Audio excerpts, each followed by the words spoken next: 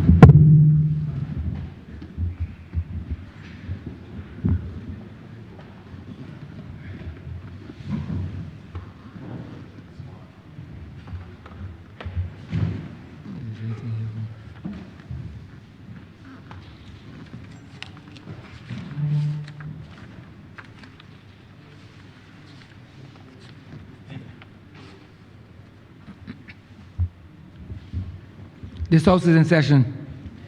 Minutes of the meeting held on Tuesday, 30th of June 2026 will be deferred. Honourable Leader of Government Business. Thank you, Mr. Speaker. I beg to move that the aforesaid minutes be deferred. The question is that the aforementioned minutes be deferred. All those honourable members in favour, please say aye. Those against, please say no. We think the ayes have it. The minutes are hereby deferred.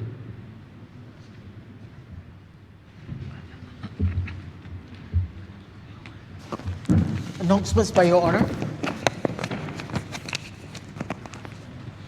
Messages from His Excellency the President. Petitions, papers, government notices, private members' notices, notice of questions, reports from select committees, first reading of bills. Honourable Leader of Government Business. Mr. Speaker, I beg to move the first reading of the Human Tissue Transplant Bill 2026. The question is that this bill be read a first time. All those honourable members in favour, please say aye. Those against, please say no. We think the ayes have it. Statements by ministers. Congratulatory and obituary speeches. Personal explanations. Motions for leave of absence. Oral replies to questions. Notice of motions for adjournment of the House on matters of urgent public importance. Orders of the day. Honourable Leader of Government Business. Mr. Speaker, I beg to move the suspension of Standing Orders 6, 16, 18, 20, 42 subsection 5, 43, and 44 for the remainder of the day's sitting. The question is that the aforementioned standing orders be suspended for the remainder of the day's sitting. All those honourable members in favour, please say aye. Those against, please say no. We think the ayes have it. The aforementioned standing orders are hereby suspended for the remainder of the day's sitting. Government's business is the order of the day.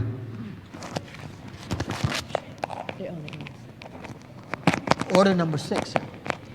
Order number 6, in the name of the Honourable Minister of Labour, Social Security and the Third Sector, to move the second reading of the Protection of Wages Bill 2026. Honourable Member St. Peter. Thank you very much, Mr. Speaker. I've taken note of the words of our chaplain and maybe the instruction of our chaplain when he shared earlier that to whom much is given, much is expected. And Mr. Speaker, much has been given to this Barbados Labour Party in government as it relates to the development of our people, the protection of our people, the development of our country, and ensuring that the development of our country is human-centered, that it has at its core the recognition of the essential humanity of every individual, the essential humanity of every worker in this country. And so this morning, I am exceedingly happy to be able to lead the debate on another piece of legislation, a bill that seeks to amplify our commitment to protection and production. Protection of those people on whose backs, on whose shoulders, the development of our country rests, so that, given that protection, those people, those individuals, those human beings are able to produce for themselves, produce for their dependents, ultimately to produce for their nation, to produce for our nation.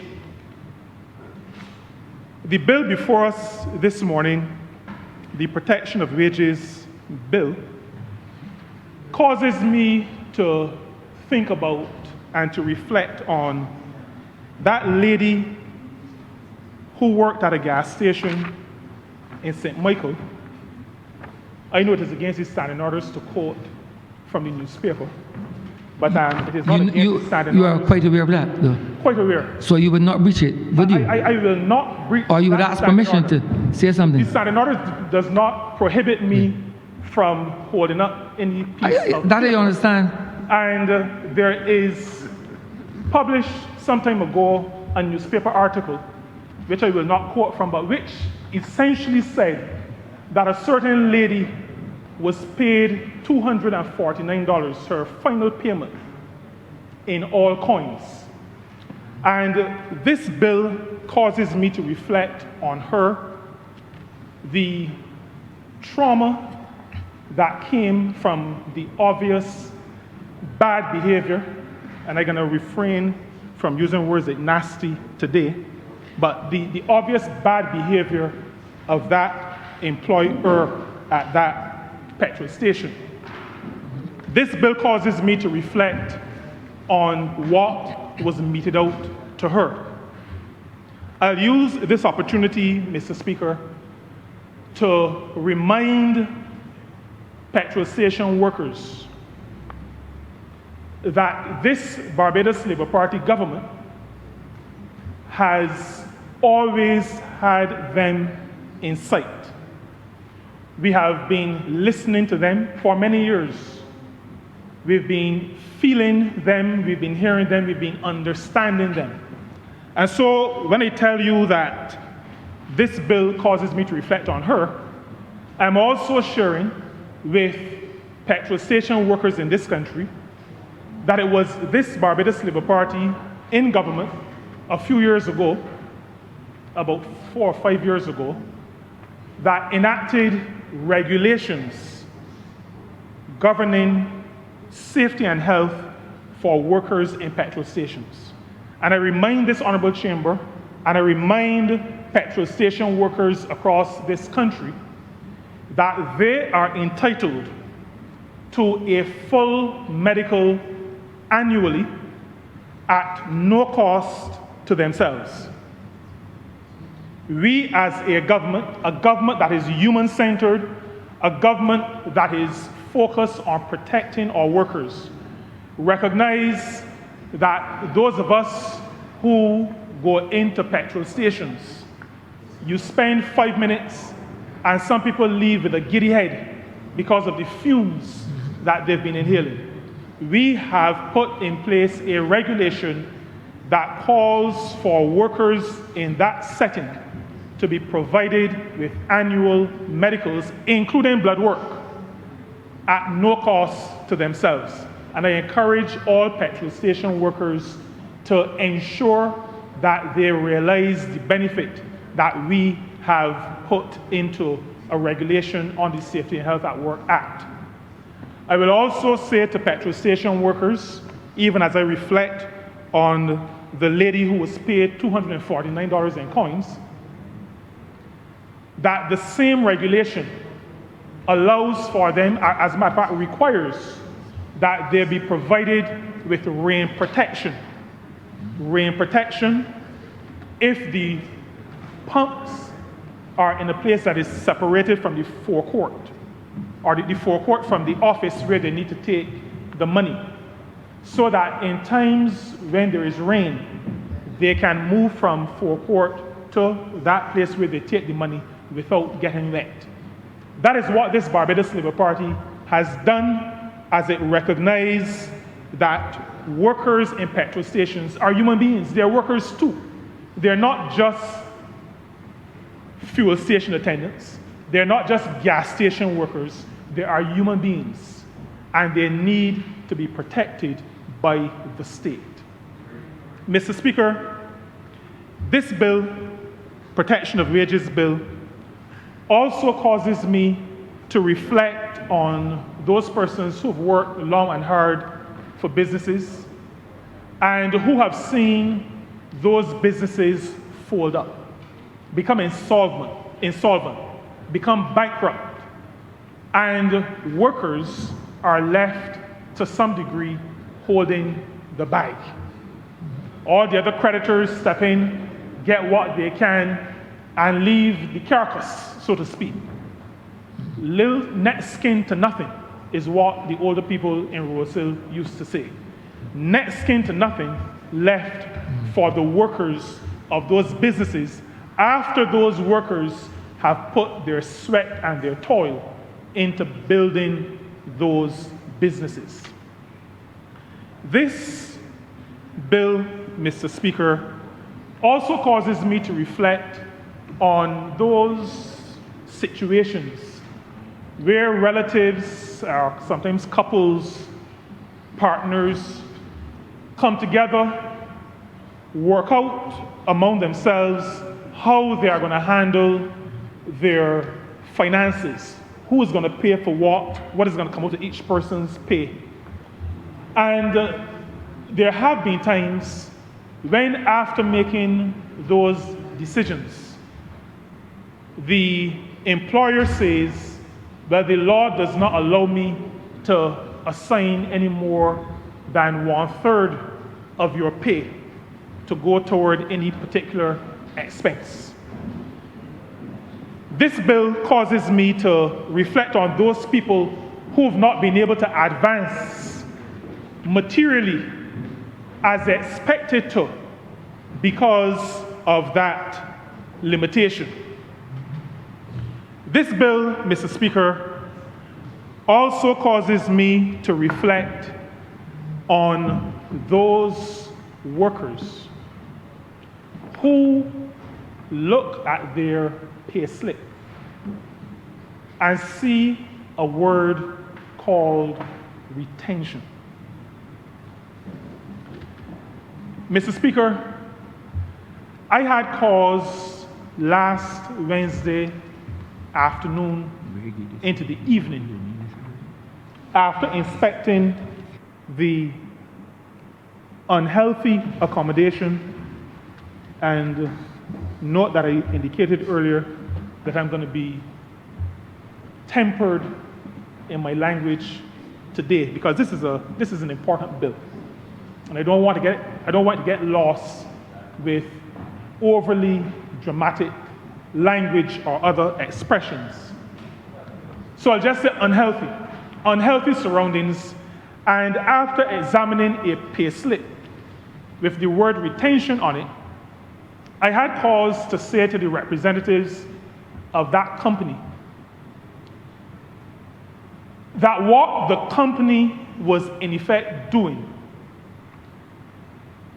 was attempting to transfer business risk from the business to the worker. I felt, Mr. Speaker, maybe after having managed businesses in the past, that I was giving some kind of lesson to people who were in business and who should have known better. And I believe that they probably know better, but are just being unkind. I'm finding it a little bit difficult, Mr. Speaker. I think nasty is a better word in their approach to managing their people and their business.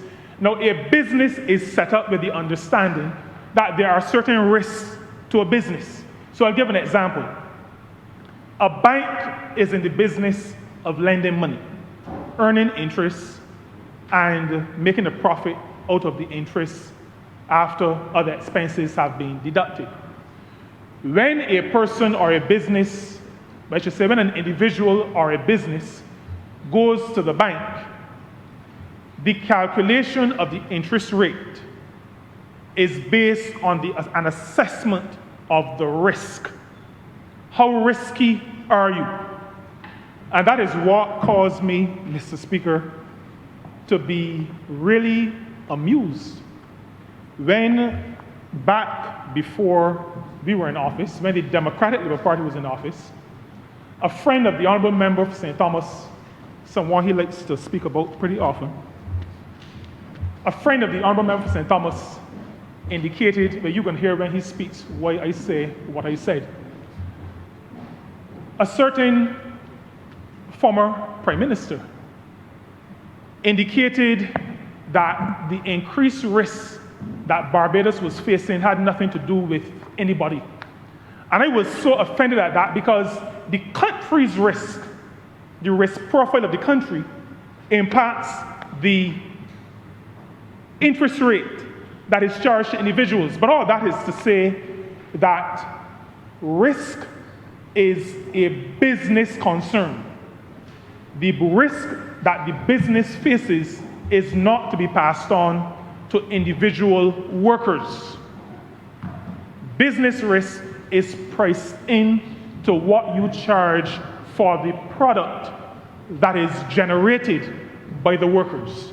And so, as I read and as I contemplate this bill, the matter of employers deducting retention comes to mind, and those workers who suffer the indignity of being forced to share in business risk when they should not be sharing in business risk. Now, Mr. Speaker, I've indicated what reflecting on this bill causes me to focus on. I have, though, to contextualize this bill. This bill, Mr. Speaker, the Protection of Wages Bill, comes to this chamber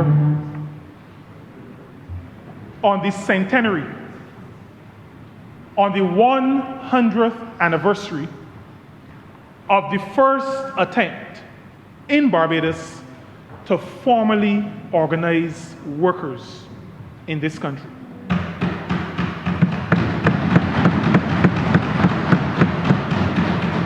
This bill, Mr. Speaker, comes as we celebrate the centenary of the formation of the Working Men's Association by then Dr. O'Neill, now the Right Excellent Charles Duncan O'Neill. He formed the Working Men's Association 100 years ago. He was inspired by Garvey, so he was in essence a Garveyite. He understood the plight of workers. And as a matter of fact, Mr. Speaker, during a strike, he approached an employer and asked to be able to speak on behalf of workers, and was dismissively told, we're not engaging with you. We don't have any time to talk with you. But this bill comes as we celebrate that centenary. And maybe I should add, for the few who still have a difficulty with the Honourable Member for St. George North being the General Secretary of a trade union and also a Member of Parliament on the government side, I should say to you, Mr. Speaker, and to this Honourable Chamber, and to Barbados, and to those few who are still picking at stupidity, that the Working Men's Association was formed out of the Democratic League. The trade union was formed out of a political organization, which is exactly what happened when Sir Grantley Adams formed the Barbados Workers' Union out of the Barbados Progressive League, the Barbados Labour Party.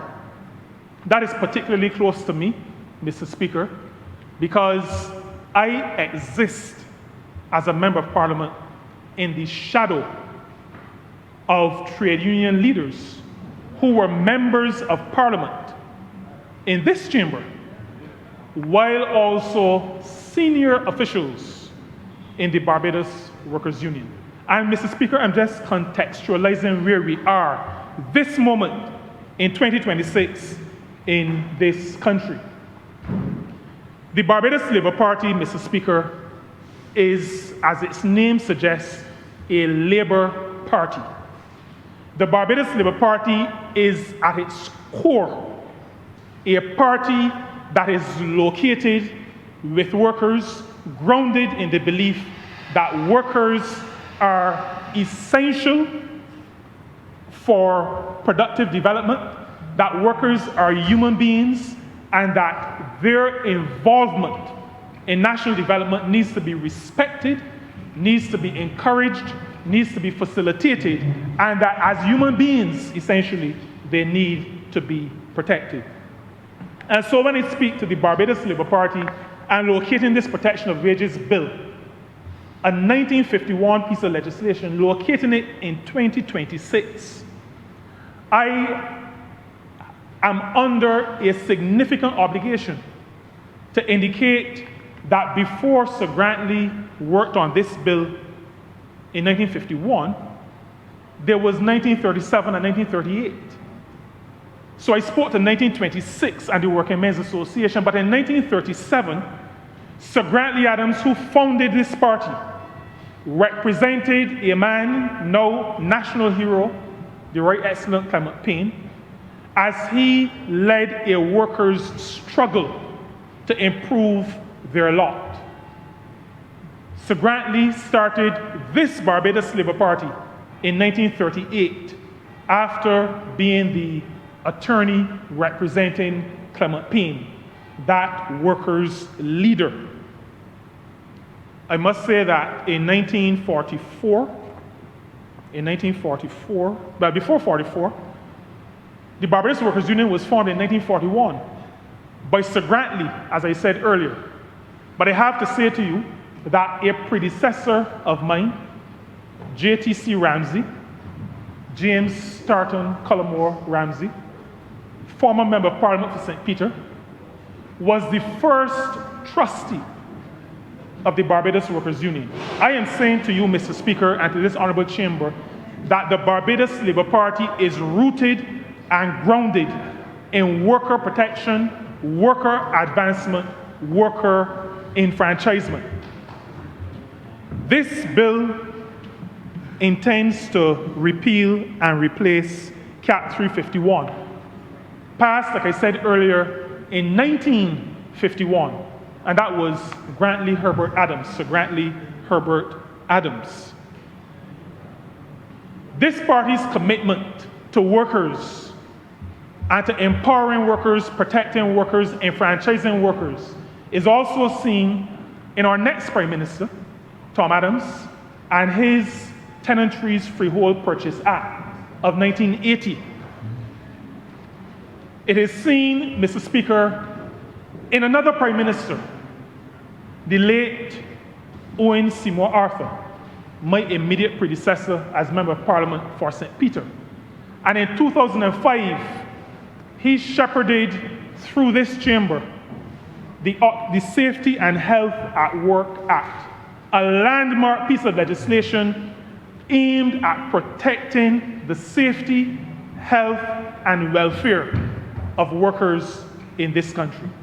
I am, Mr. Speaker, indicating that this Barbados Labour Party is a Labour Party, a party of workers, a party built on enfranchising workers and locating this protection of wages bill.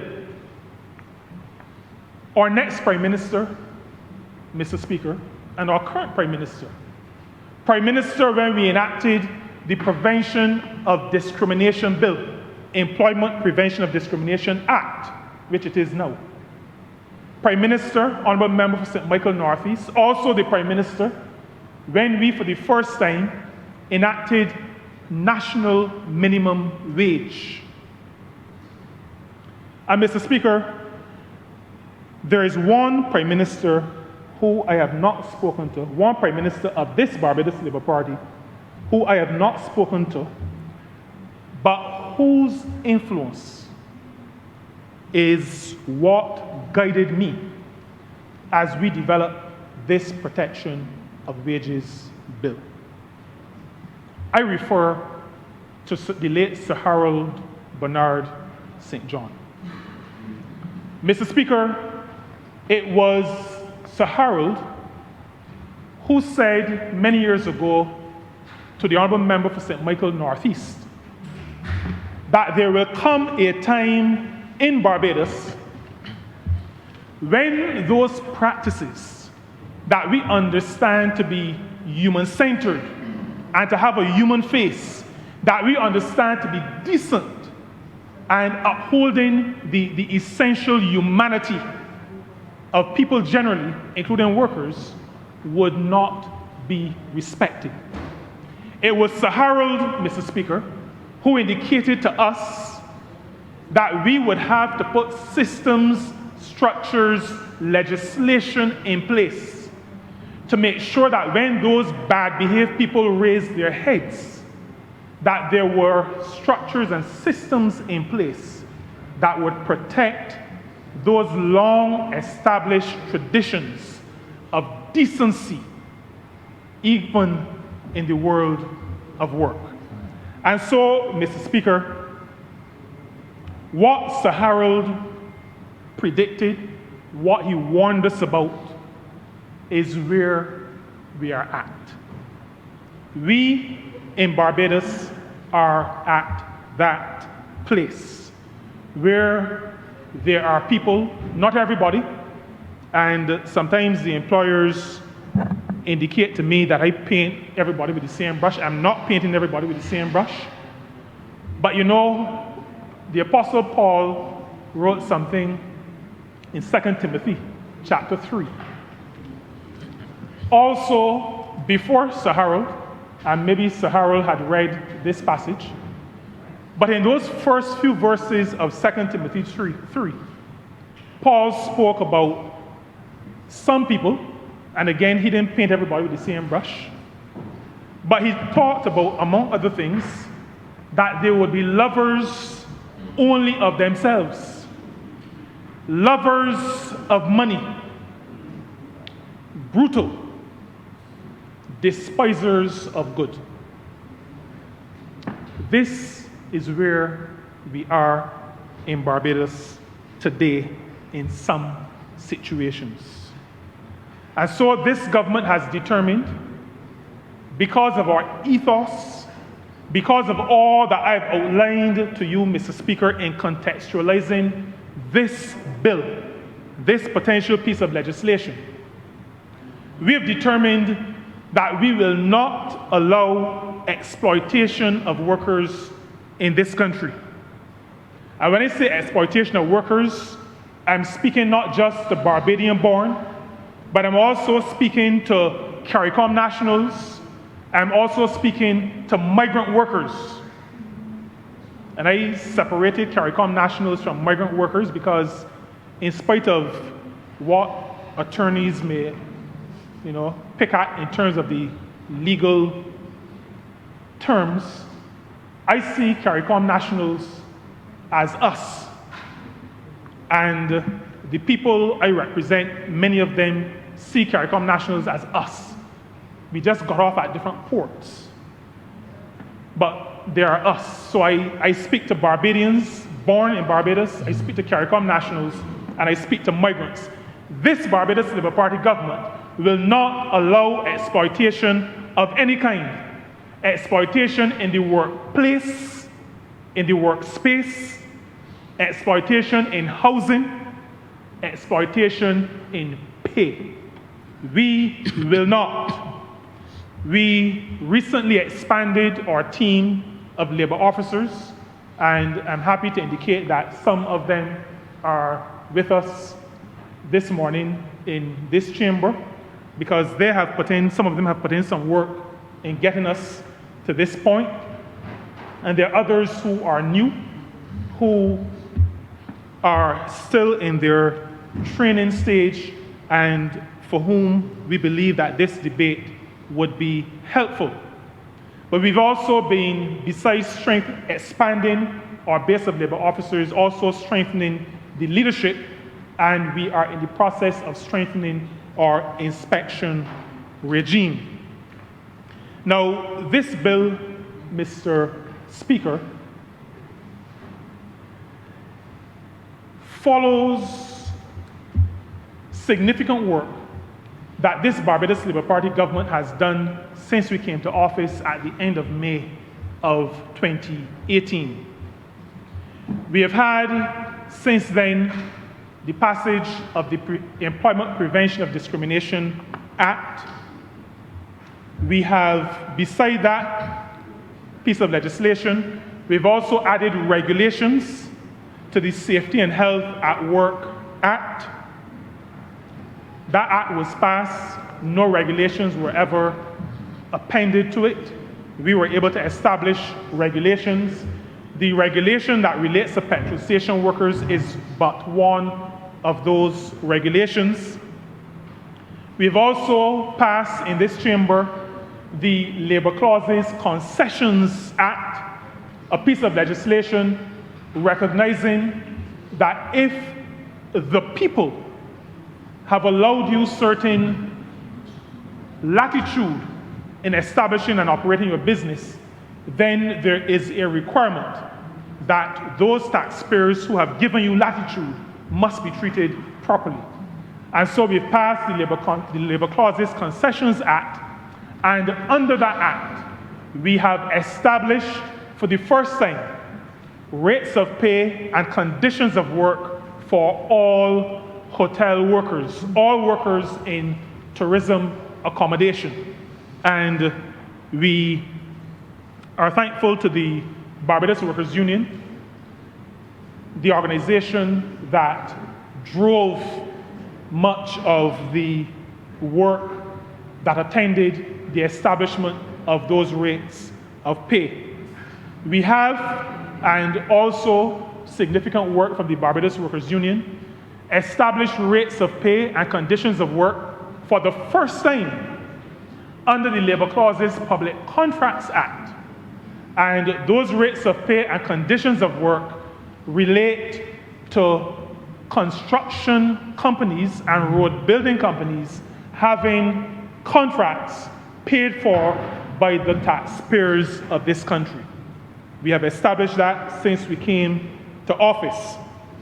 We have also established for the first time, as I indicated earlier, a national minimum wage, the first time in our country's history. We also established a sectoral sectoral wage for security guards. We have established the Barbados Job Register. We have, based and built upon the significant work done by the Barbados Workers Union, established a national workplace wellness policy. And you will note, Mr. Speaker, that throughout my intervention, I have been speaking from the time I started about the trade union movement. That is not accidental, it is not incidental. The Barbados Labour Party's ethos is built on the understanding that the trade union movement is absolutely critical to balanced and inclusive national development. That is why Sir Grantley, who founded this party, formed a separate body to fight on behalf of the workers. He led both at the same time, but he recognized that there needed to be an organization that was focused entirely on advancing the cause of workers. We've also, Mr. Speaker, in faithful obedience to those marching orders that were set in 1938 and 1941, established for the first time paternity leave in this country. We've also extended maternity leave in this country. We've also made it very easy, significantly easier for self-employed people to participate in our social security system, the National Insurance Scheme. Now, I've called a number of pieces of legislation, regulations, and I know, because they've said so to me, that there are some employers who believe that we've been doing too much with respect to legislation, that it may be becoming too cumbersome to work, to have business. I have a simple message for employers. If your business model does not allow you to treat your workers properly, then shut the place down.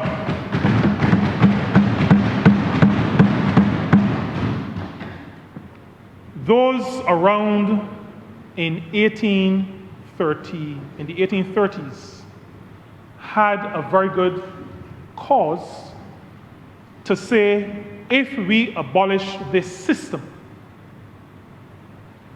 our businesses will not be able to continue. Mr. Speaker, the world could not allow for that system to continue just so that businesses could continue to be profitable. I am saying, Mr. Speaker, that this Barbados Labour Party is not anti-business. We are well aware that there are many employers, many companies in this country that are able to prosper while their workers are also benefiting. It is not a strange concept. There are businesses, and the unfortunate thing is that many of those business leaders do not say a lot publicly, but there are many businesses in this country built on decent work, built on treating their workers properly. There are many. So this is not a new concept. It is not something that is impossible. It is not impossible for us to have those two things at the same time. We have observed, maybe I should say increasingly, that some of what we understood to be decent ways of approaching industrial relations fallen by the wayside. What Sir Harold counseled many decades ago, we see coming to pass. And Mr. Speaker, in some cases, this disrespect for our traditional values is coming from newcomers, from what in Manakwata we refer to as Kanyas. So that I use this opportunity to say to all those who will come, or those who have come, we expect nothing less than decent approaches to industrial relations and to occupational safety and health. I also want to say, those of us who drive, from time to time hear the police siren. Only when you are speeding, breaking the law, does a siren cause you any distress. Only when you are doing something wrong does a siren cause you any distress. And maybe I could say, as a member of parliament, for a constituency where groups gather from place to place, only if you have something in your possession that you should not have will the grey jeeps cause you to run.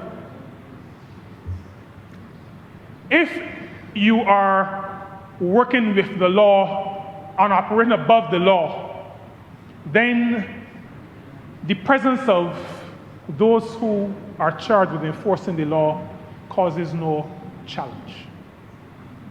A word to the decent, a word to those that are not so decent. This bill, Mr. Speaker, the Protection of Wages Bill, is built on international labor standards. And when I say international labor standards, I need to be very clear. There are those in this country who believe that those standards or those agreements that Barbados signs up to are sometimes standards or agreements that people from governments in different places, governments in the Americas, or governments around the world, sit down in a room and cook up, and then come back to the population and say, well, we have agreed to this. The honourable member for St. Michael South knows, I heard his sound, he knows how I feel about those things. And as a matter of fact, he was probably surprised when I say that this legislation is built on international labor standards. But let me explain to him and to you, Mr. Speaker. Sorry, not to him. I only go through the officer. Let me explain to him through you, Mr. Speaker, that the reason why I say that this legislation is built on international labor standards is because international labor standards are unlike any other standards or agreements across the globe. Unlike any other, simply because, and maybe simply is not the correct word, unlike any other, because international labor standards are only agreed when governments from across the world, employers from across the world, and workers from across the world get together, discuss formally for 4 weeks. But outside of those formal discussions for 4 weeks, extensive discussions over sometimes 4 years. The honourable member for St. James North knows exactly what I'm speaking about as a former ambassador in Geneva, but also as a former senior advisor in the International Labour Organization. Almost sometimes 4 years of discussion, so that when we come up with international labour standards, we are sure that they are not just words on paper cooked up by a few governments and maybe bulldozed by powerful governments and forced down the throats of smaller countries. These standards, the standards upon which this protection of wages bill is built, are standards that have been discussed and agreed by the people of the world. And so, Mr. Speaker, I refer to Convention 95. Convention 95 is a 1949 convention. In 1949, the world agreed to this standard that caused Sir Grantley, the Barbados Labour Party's leader at that time, to have a bill in the same name in 1951. Since then, we have had another labour standard that needed to be read in conjunction with Convention 95, and that was Convention 173. Convention 173 is titled Protection of Workers' Claims, and in brackets, Employers' Insolvency Convention. When I said to you, Mr. Speaker, that reflecting on this bill causes me to think about those who work in businesses that have gone bankrupt, it is on the basis that some years ago, and this convention, 173, is a 1992 convention, it was recognized that we needed to do something about workers whose employers have gone bankrupt. So these two international labor standards, Mr. Speaker, form much of the basis of the bill that is before us this morning, the bill that is before us today. CAT 351, the Existing Protection of Wages the Existing Protection of Wages Act, is, as I said, a 1951 piece of legislation. The records are that it was last amended in 1975. Now, for people like me, 1975 does not sound like a long time. For people like my children, it sounds like the Middle Ages. 1975, Mr. Speaker, is over half a century ago. Last time this bill was amended. Mr. Speaker, I've set, I think, the context within which this bill comes to this honourable chamber. I will, at this point, speak to some of the features of this bill and I will restate some of the measures that are in the existing bill, because I believe that given that our attention is focused on protection of wages, we need to be reminded of some of those elements of the existing bill, the existing act, that have fed into the current bill and that will remain once this new bill becomes law. I will also speak to some of the new features of the bill. At section 2, the section, Mr. Speaker, that you and other attorneys know to be the definition section, there is included at section 2.1 in the definition of currency. It says it includes fiat, digital, and other formats. Mr. Speaker, this inclusion of digital and then the inclusion of the term other formats speaks to the contemporary nature of the bill, but also speaks to the forward-looking nature of the drafting of this piece of legislation. That is because if this bill had come, Mr. Speaker, to this honourable chamber in 2000, we may not have included digital, because at that time, it may not have been contemplated that there would be something such as digital currency. In 2026, with the rapid advancement of technology, we are not even sure what will be happening in December of this year. And so the definition for currency includes fiat, digital, and other formats. In this bill, you will also see that the bill is to be read in conjunction with the Employment Rights Act. Now, that is done because we do not want to have in this bill to duplicate clauses already found in the Employment Rights Act. And we also want to ensure consistency with our labor legislation. And as I mentioned, consistency with our labor legislation, Mr. Speaker, I have to say to this honorable chamber to remind us that in our manifesto for 2022, the election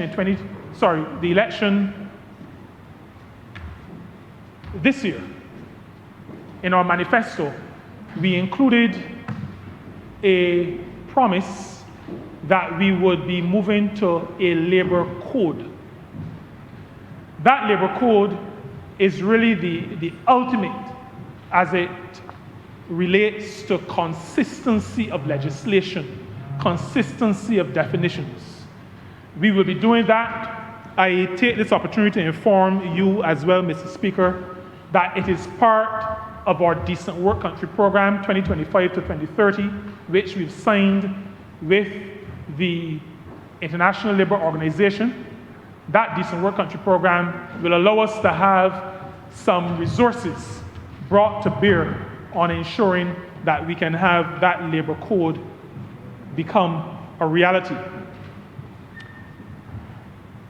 Mr. Speaker, this bill also speaks to modernizing payment methods.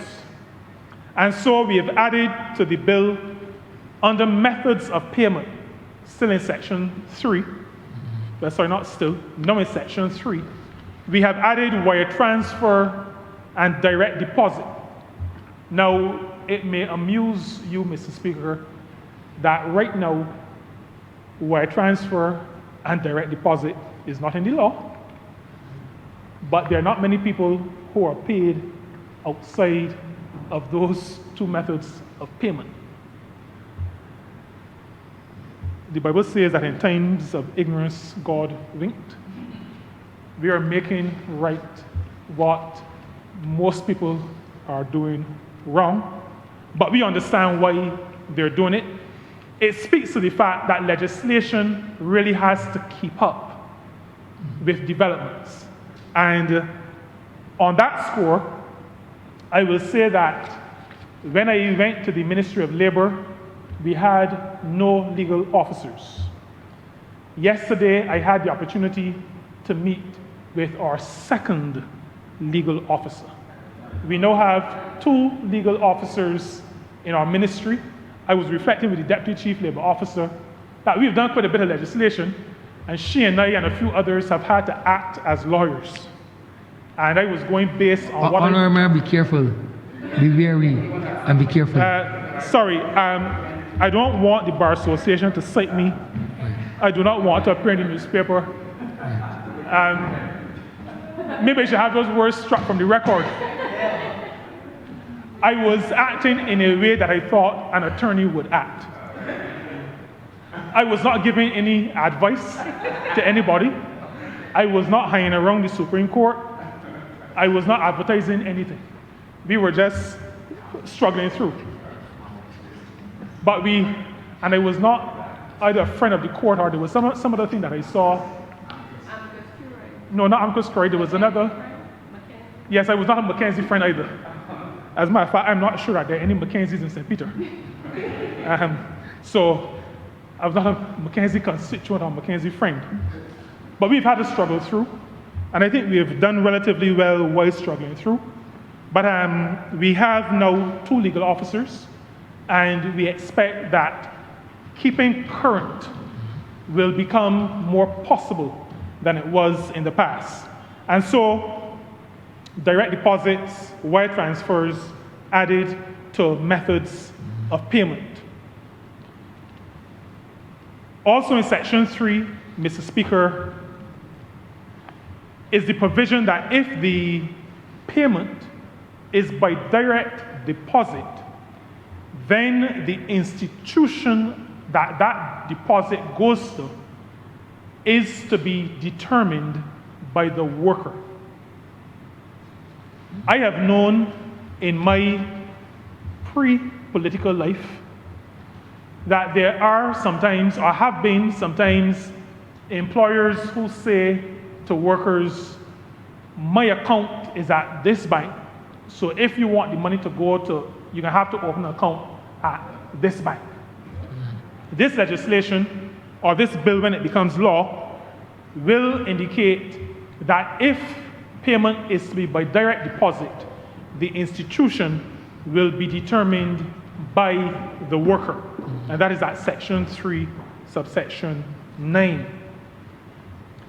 The bill also provides, Mr. Speaker, in the same section, that the method of payment is to be at no cost, changing the method of payment is to be at no cost to the worker. Changing the method of payment is to be at no cost to the worker. Importantly in this bill, Mr. Speaker, also at section 3, is what will become a prohibition against the nastiness that is reflected in this newspaper article about that lady, former worker of the gas station, who was supposed to have been paid $250, who indicated that she received $1 short. She indicated that she was short paid $249 in coins. At section 3 of this bill, Mr. Speaker, 311A, payment of wages can include no more than $10 in coins. We are stopping these kind of wicked people or anybody else who, because they don't like the way the separation is happening, maybe the worker cursed them. I don't know what the situation could be, but we are stopping this kind of bad behavior where a person in 2026 or beyond will display this kind of level of childishness, this level of immaturity in an employment relationship as to cause a worker to be paid $249 in coins. This bill limits the amount that can be paid in coins to $10. The bill retains from the existing legislation that reasonable time must be allowed to convert wages to cash. Reasonable time, there is no stipulation. Reasonable is a term that is known to law, and so we do not believe that it needs to be further amplified. We understand that there are ATMs, we understand a whole lot of things. We also understand that there are a few who we need to protect workers against. And we contemplated this particular clause, given the proliferation of ATM machines, but we also understood that we still have workers in this country who do not trust machines and who prefer to do what I never want to do, which is to go and stand up in a line. I know that because, Mr. Speaker, I went to a picnic held by one of the churches in my constituency, and two ladies, I smiled because it was kind of a little bit strange when I heard it. Two ladies told me, Mr. Jordan, you all have to get the banks to bring back bank books. These ladies were serious. They told me that I needed to tell my colleagues that we have to get the banks to bring back bank books. Now, I use that illustration only to say that I know, and everybody who represents people know of other people, of constituents, who are fearful still of machines and who would prefer to go into the institution. So that while this clause is not meant to be harping back to the past, it is not meant to keep us stuck in the past. It is simply meant as a recognition that the people who we are elected to serve, the people who I am elected to serve, some of them still want to go in to the banking institution. And so reasonable time must be given to them in order to convert their wages to cash. Another forward-thinking component of this bill, Mr. Speaker, is the matter of foreign currency. In the existing legislation, a worker cannot be paid except in Barbados dollars. Now, we are a country, and I am happy to say that as a party in government, it was the Barbados Labour Party who drove the development of what we then call the international business sector. We drove that development, and the country benefited significantly from that international business sector, or what was then styled the international business sector. But we had a situation, and still have a situation, where it is not legal for a worker in Barbados to be paid in a foreign currency in Barbados. And so this bill includes a provision, and this provision falls under the foreign currency legislation. It is at section 4 of the bill, and in that section, Mr. Speaker, you will see some reference to a piece of legislation called the Foreign Currency Permits Act 2025. The clause in this bill allows for a worker to be paid in a foreign currency under certain circumstances, and those circumstances must fall within the ambit of this Foreign Currency Permits Act. So to put it in layman's terms, if the company has a foreign exchange account registered in Barbados, and the worker also has a foreign exchange account with an authorized dealer, and I think authorized dealer is the word that is used in the legislation, then that worker can be paid in a foreign currency. As a matter of fact, if I may share the clause at 4.2, wages paid to an employee in accordance with subsection 1 shall be paid into a foreign currency deposit account held at an authorized dealer. And so we have made it possible for persons working with businesses that deal with foreign currency to actually be paid in foreign currency, and for that payment to be legal under our legislation. Again, modernizing the legislation, bringing it into this, we went into the 21st century quite a while ago, but so far into the 21st century, we are seeking to make sure that our legislation is keeping up with where we are in our national development. In Section 8, Mr. Speaker, there is a provision for deductions, contributions to pension funds, advances, deductions related to other statutory provisions. There is at the end of Section 8, or paragraph 8, the term, or the construction of words, and the employer shall pay the deducted money to the person. We have had, Mr. Speaker, too many situations where money has been deducted from the pay, the wages or the salaries of workers, with the understanding that those deductions were to be passed on to somebody else, either to a credit union, a hire purchase company, a bank, a trade union, the National Insurance Fund, but the National Insurance Scheme more generally. Barbados Revenue Authority, monies have been deducted from employees' pay and not sent on to where they were supposed to go.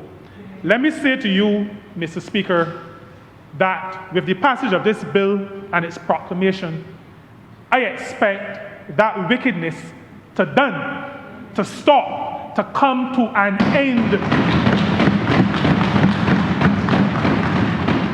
For those who may think that the words that I just raised my voice on are just words, let me point them to section 25(2) of the bill.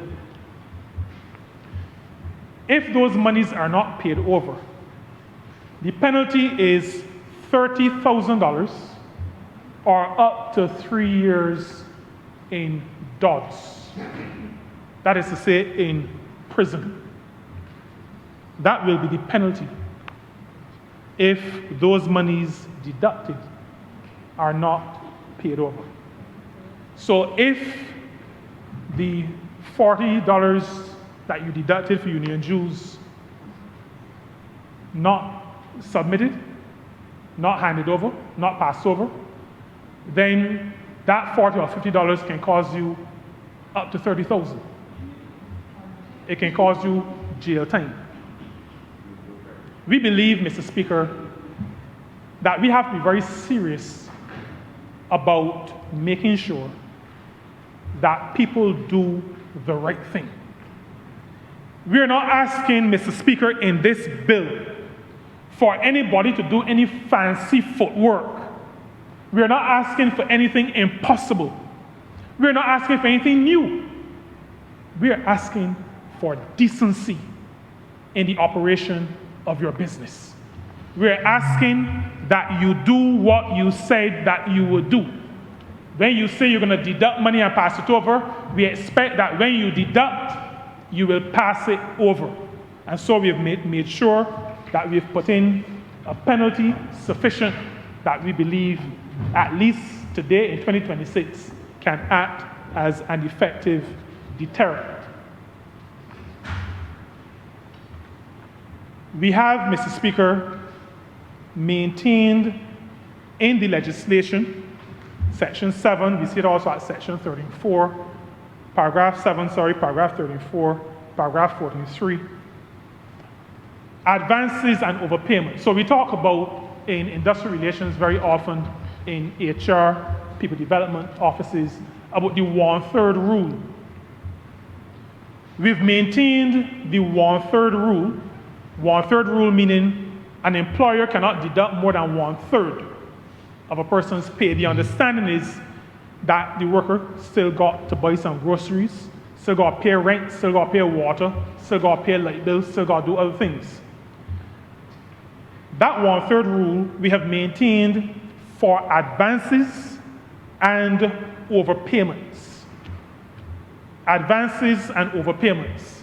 And when I say overpayments, Mr. Speaker, as I went through this bill, as I read overpayments, I could not help but think of a former, now late, but a very blessed memory, shop steward of mine, who, and I'm saying this, Mr. Speaker, because as minister responsible for labor and worker protection, I don't expect employers to be perfect all the time. I expect them to be decent.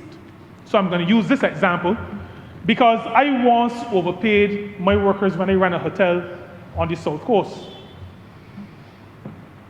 And when it was brought to my attention by payroll, I told them, well, deduct the overpayment.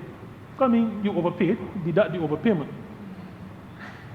The day after payday, the day after the next payday, I was at one of the other hotels in the group, and I got a telephone call that said, Mr. Jordan, the workers on strike, and they said they ain't working till you get here.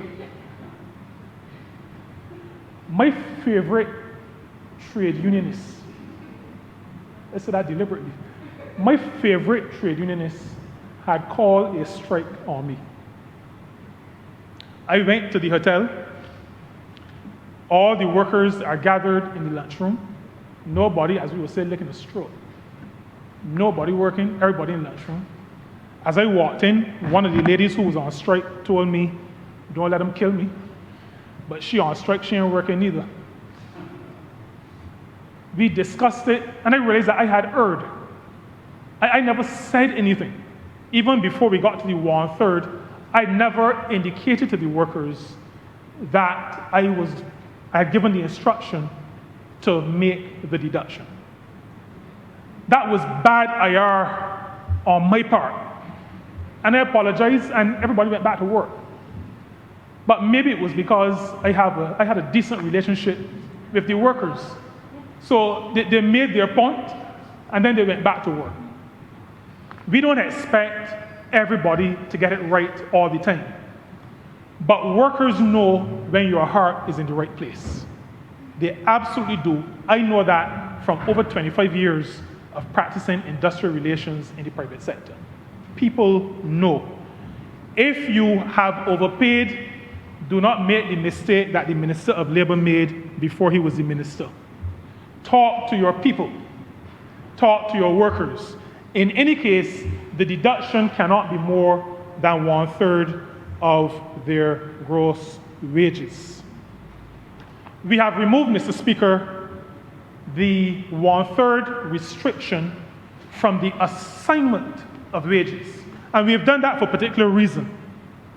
I indicated in my opening that as I reflected on this bill, I thought about those partners, couples, families, who in their own domestic economy have worked out who will pay for what.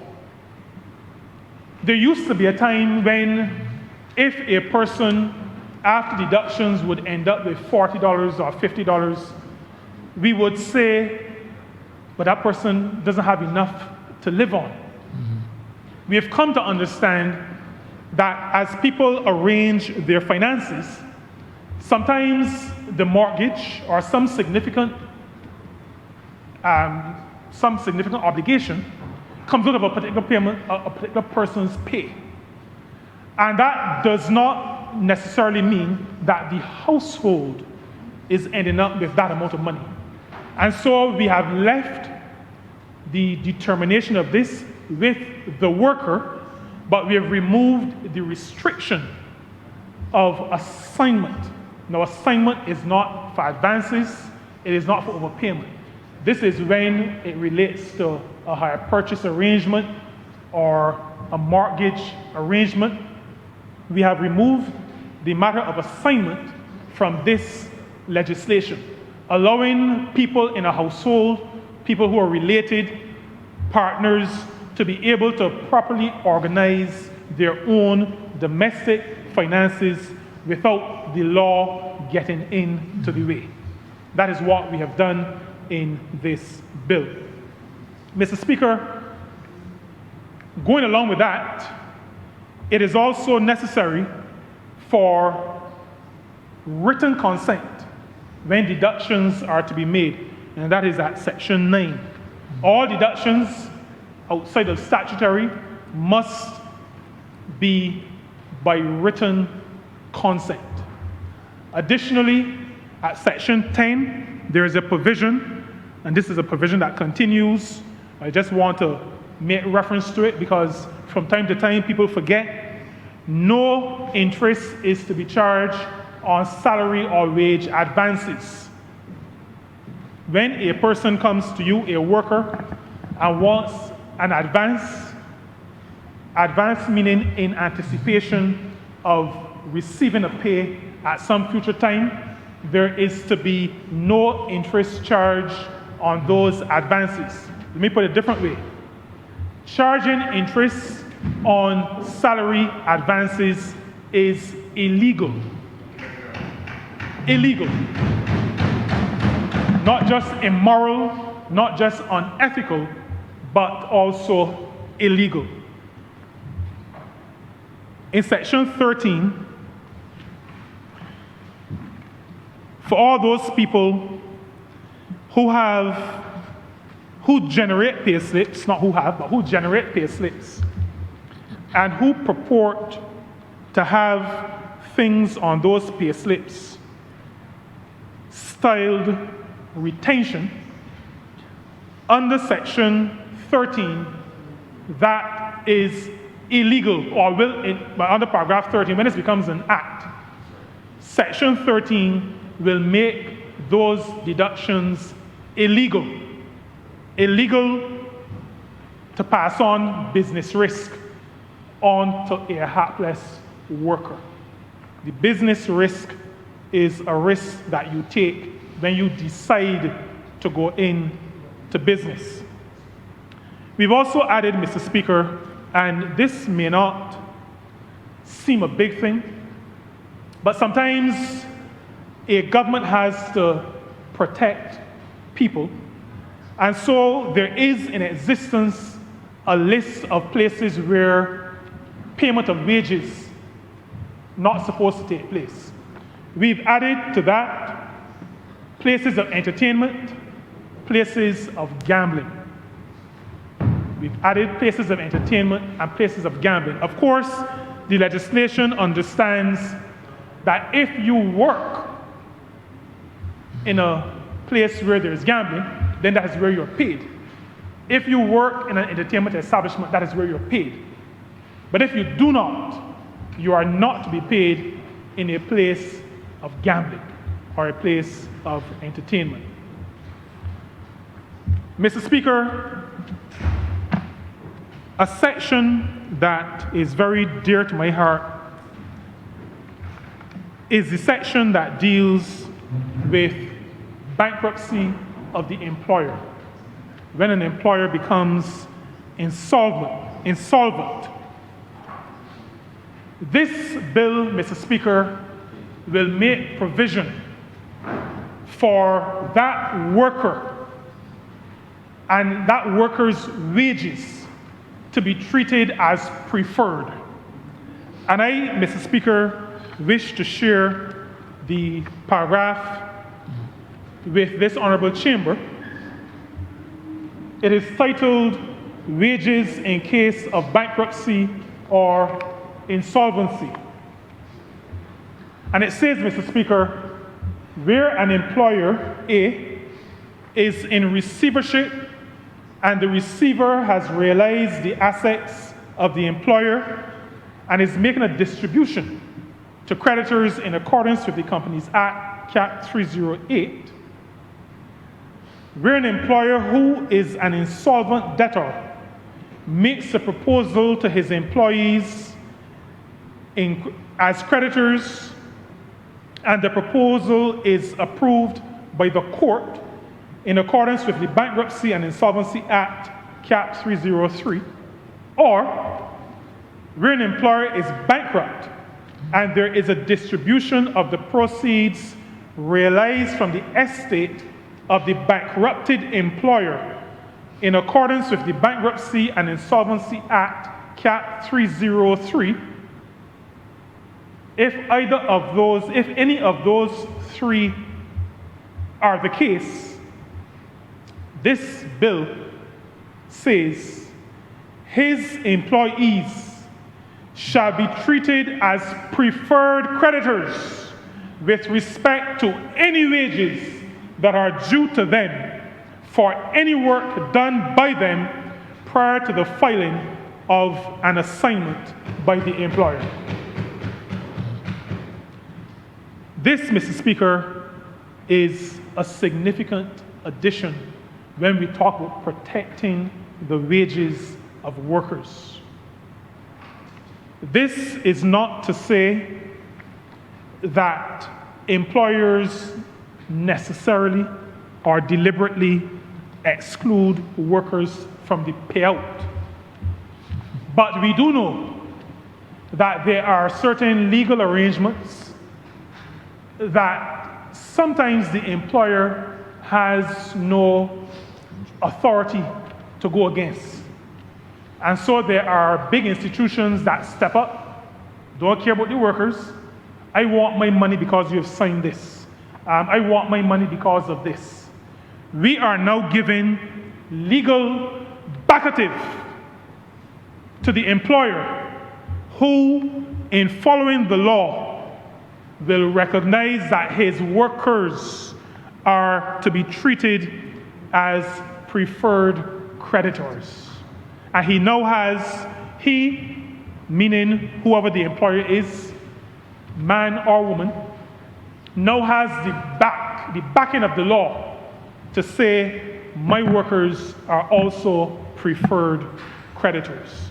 This, Mr. Speaker, is an important inclusion, as I said, and it speaks to a government that understands the nuances of business, that understands the vagaries of life, that understands that from time to time, businesses will go to business, will cease to operate, but that at all times, workers and the wages of workers must be protected. That is the reason for this protection of wages bill, to protect the hard-earned wages and salaries of those who work, who toil in businesses and in organizations every day in this country. Mr. Speaker, as a government, we've also done significant work with respect to addressing people with disabilities.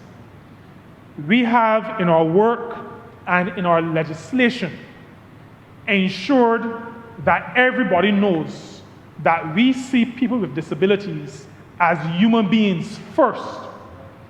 And that's the reason why we say people with disabilities. The with disabilities is an appendage. There are people first. And we always have to thank the now senior minister responsible for infrastructure, the one who is a social minister in an infrastructure ministry, for really guiding us through the process, and also the former member of Parliament for St. James North.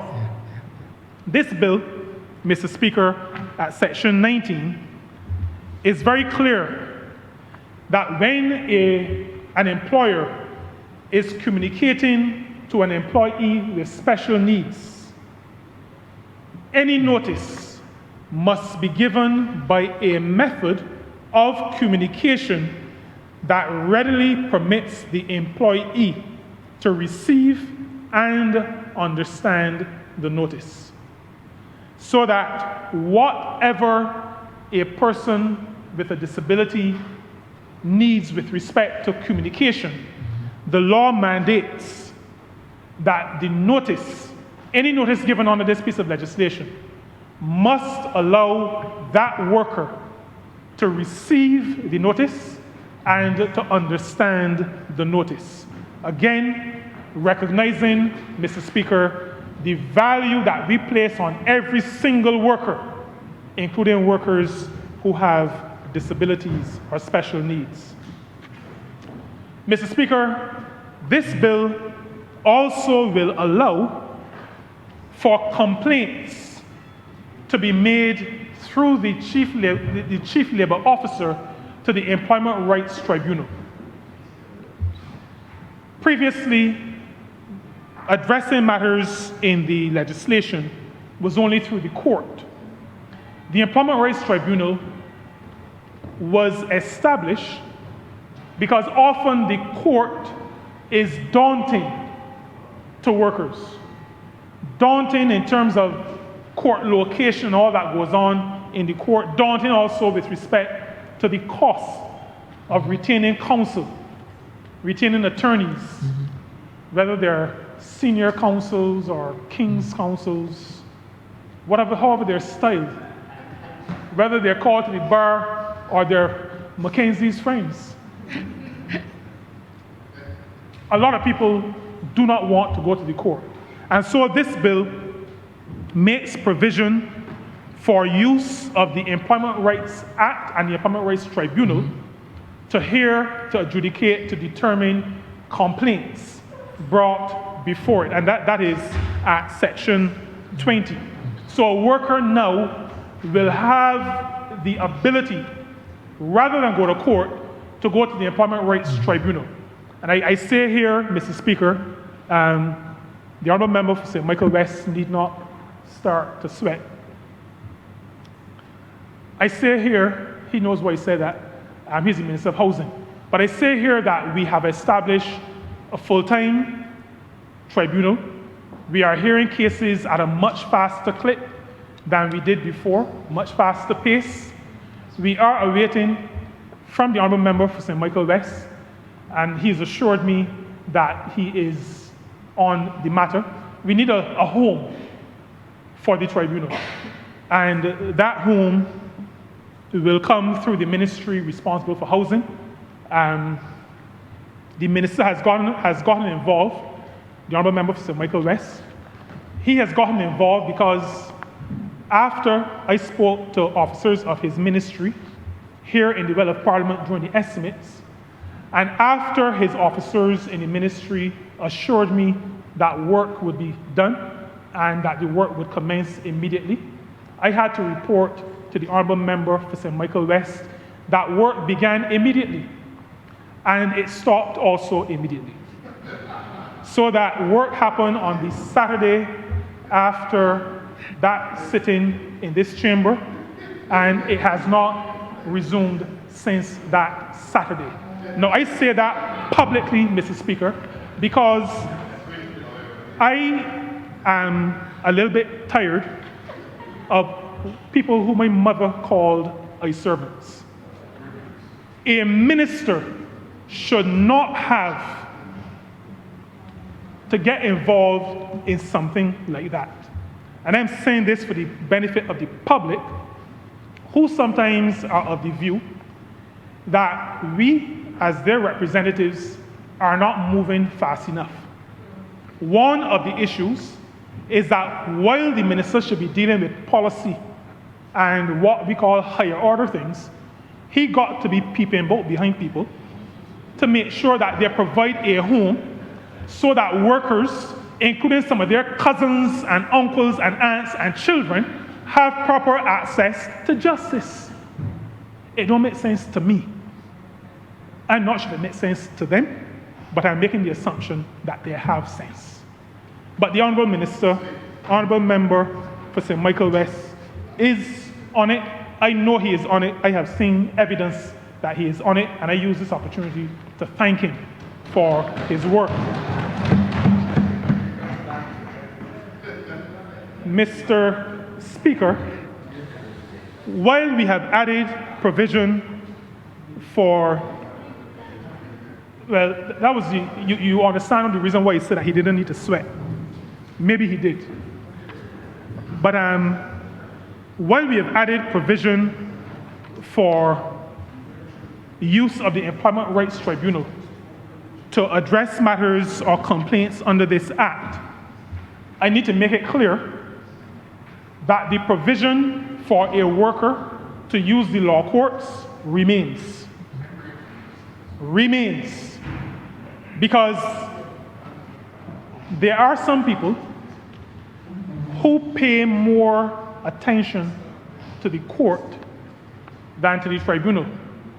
Now, we are in the process. I have on my desk, I know it is long in coming, on my desk I have some proposed amendments to the Employment Rights Act that I'm working through.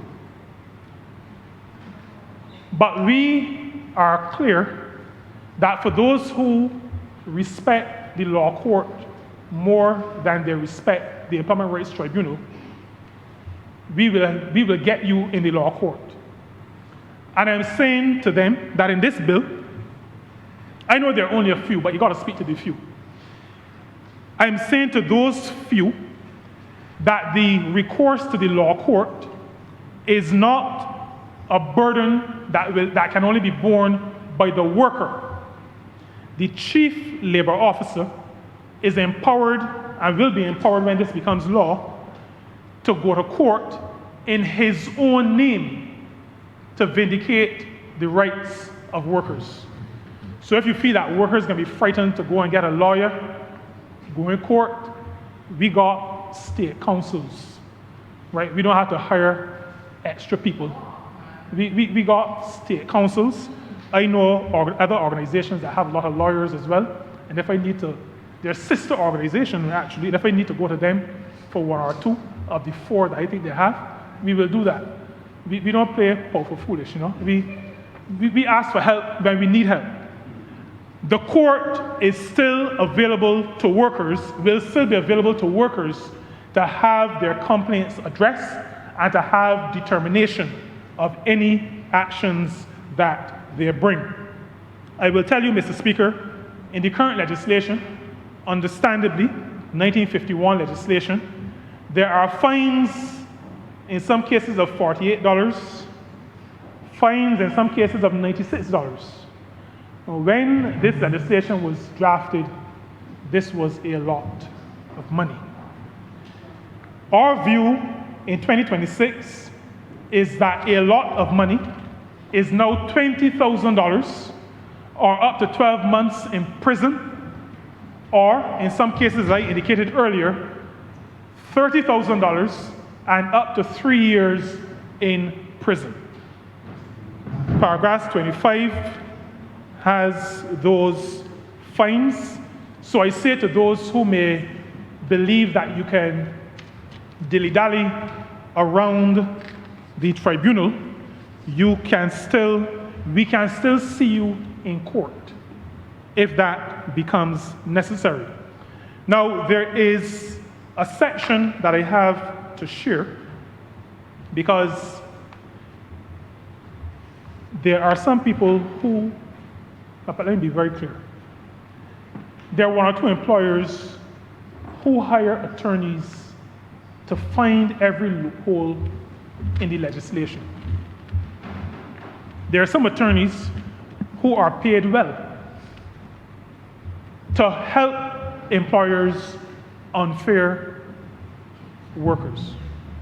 There are some attorneys who take money. I'm trying to get the picture of Judas out of my mind, Mr. Speaker. That's the reason why I'm turning around, looking all over the place. There are some attorneys who take money to betray people who grew up in the same district as them, finding loopholes for employers to get through. Now, one of them could have been the quantum under the Magistrate Courts Act.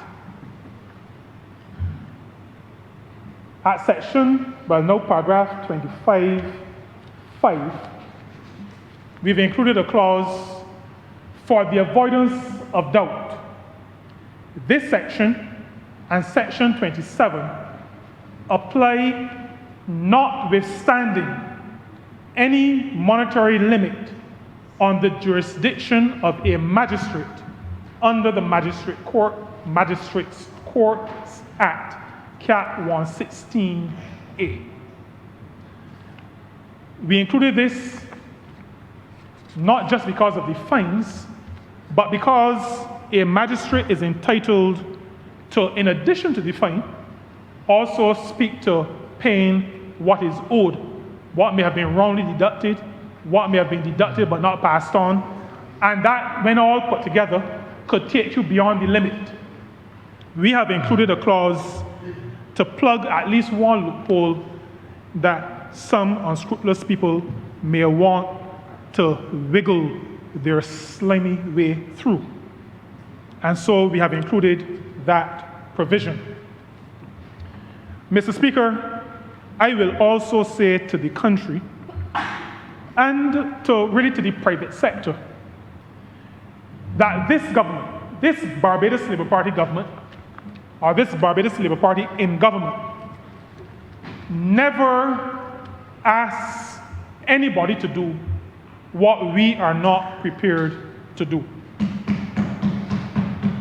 In section 28, you will recognize that much of this act, from section 2 to section 19, binds the state. Because we believe that as a government, when we ask private sector employers to provide decent work, to act in a decent manner, to be reasonable with workers, government must set the example. Government must set the example. Now, we had to take some time in the drafting construction process on this because 3 years in prison or 2 years in prison is going to be a little bit difficult for government. That may mean putting all of us in. So that what we have come up with is that a breach of this act, and I'm at paragraph 28.2, in relation to an officer or employee of the state shall be deemed to be a grievance under Section 12 of the Public Service Act, Cap 29. And the officer or employee may invoke the procedure with respect to grievance handling set out in the 4th schedule or schedule to that act. So that government, Mr. Speaker, is held and will be held, government as an employer, as a significant employer in this country, will be held to the same standard as we are saying to the private sector, you're going to be held. So I say to the country, this bill, and I say this to the private sector employers, this bill is not a bill to get at private sector employers. This is a bill to protect the wages and the salaries of all workers in this country. We are not concerned only about workers in the private sector. We are not concerned about workers only in the third sector.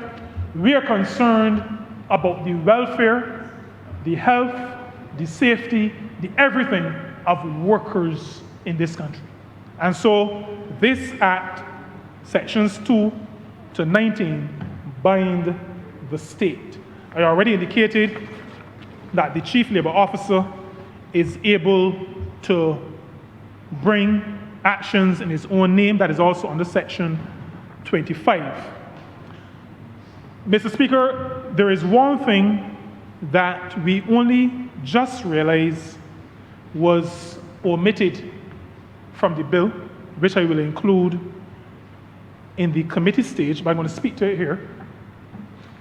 In the current bill, the current act, the current legislation, there is the matter of allowing for 1 year, up to 1 year, to bring an action under this. Now, with the Magistrates Courts Act, I am advised, because I'm not an expert in that matter, I'm advised that there is some reference to 6 months, and that it is necessary to ensure that it is clear that 1 year is the amount of time that is available for an action to be brought.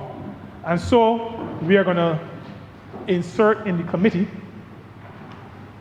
from the original bill, no prosecution for an offense on this act instituted after the expiration of 1 year, so that it is clear. It is the same language used in the Employment Rights Act. It is the same language used in the Holiday with Pay Act, which is more recent. That is, Holiday with Pay is a 2017 act. The Employment Rights Act, it is in concert with those pieces of legislation. Mr. Speaker, I don't know that I had intended to be so long, but I am of the view, I remain of the view that this legislation is important for Barbados generally. I am of the view that this legislation is important for Barbados at this juncture. I am of the view, based on my experience over the past years in this ministry, based on my experience as recently as last week, that there is still work, still much work to be done with respect to protecting the workers of this country.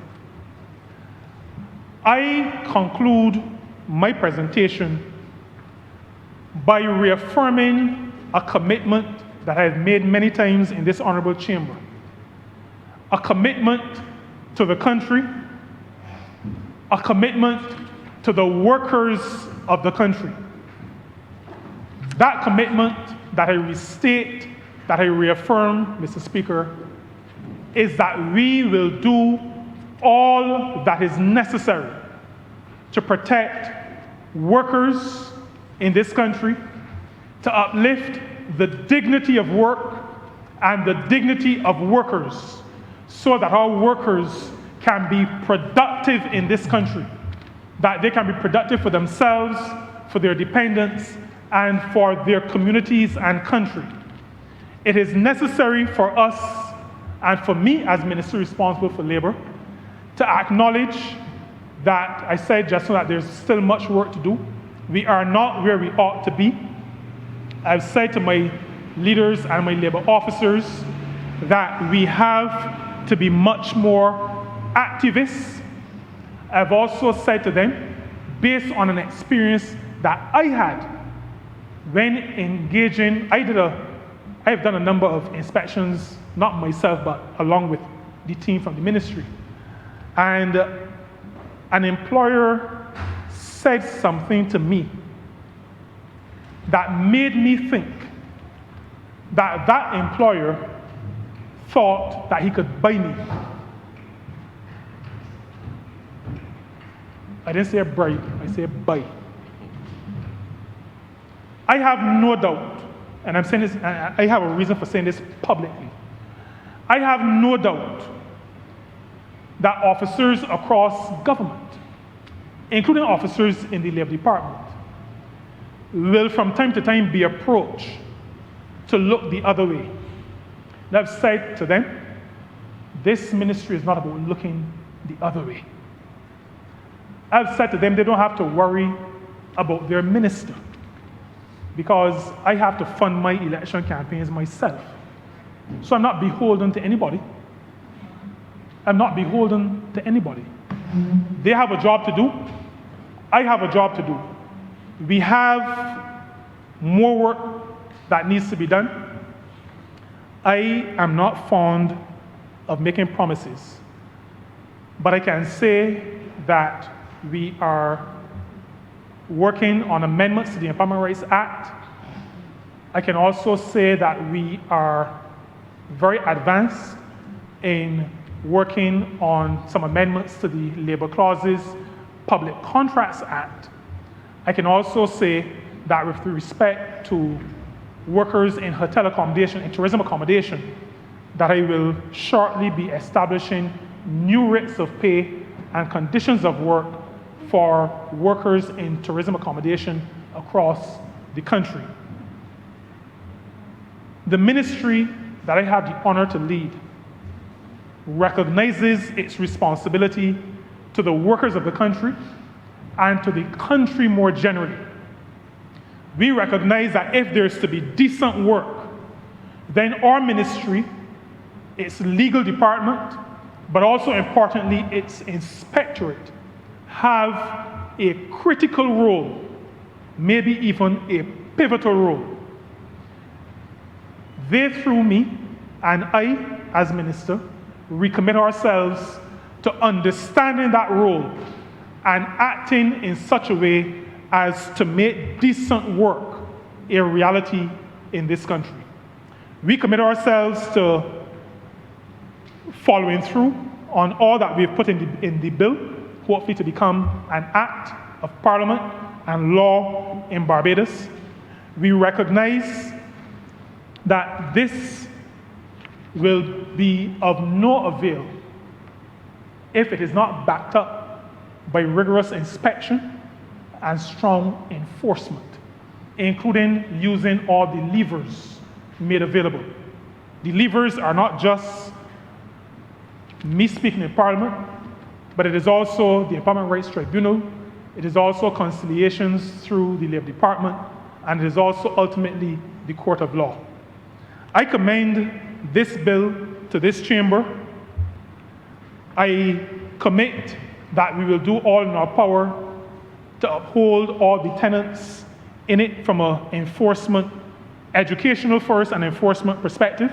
And Mr. Speaker, the workers of Barbados can continue to be assured that this Barbados Labour Party in government sees them, hears them, feels them, and are committed to their welfare, to their well-being, to their protection, so that they can be productive citizens in this country.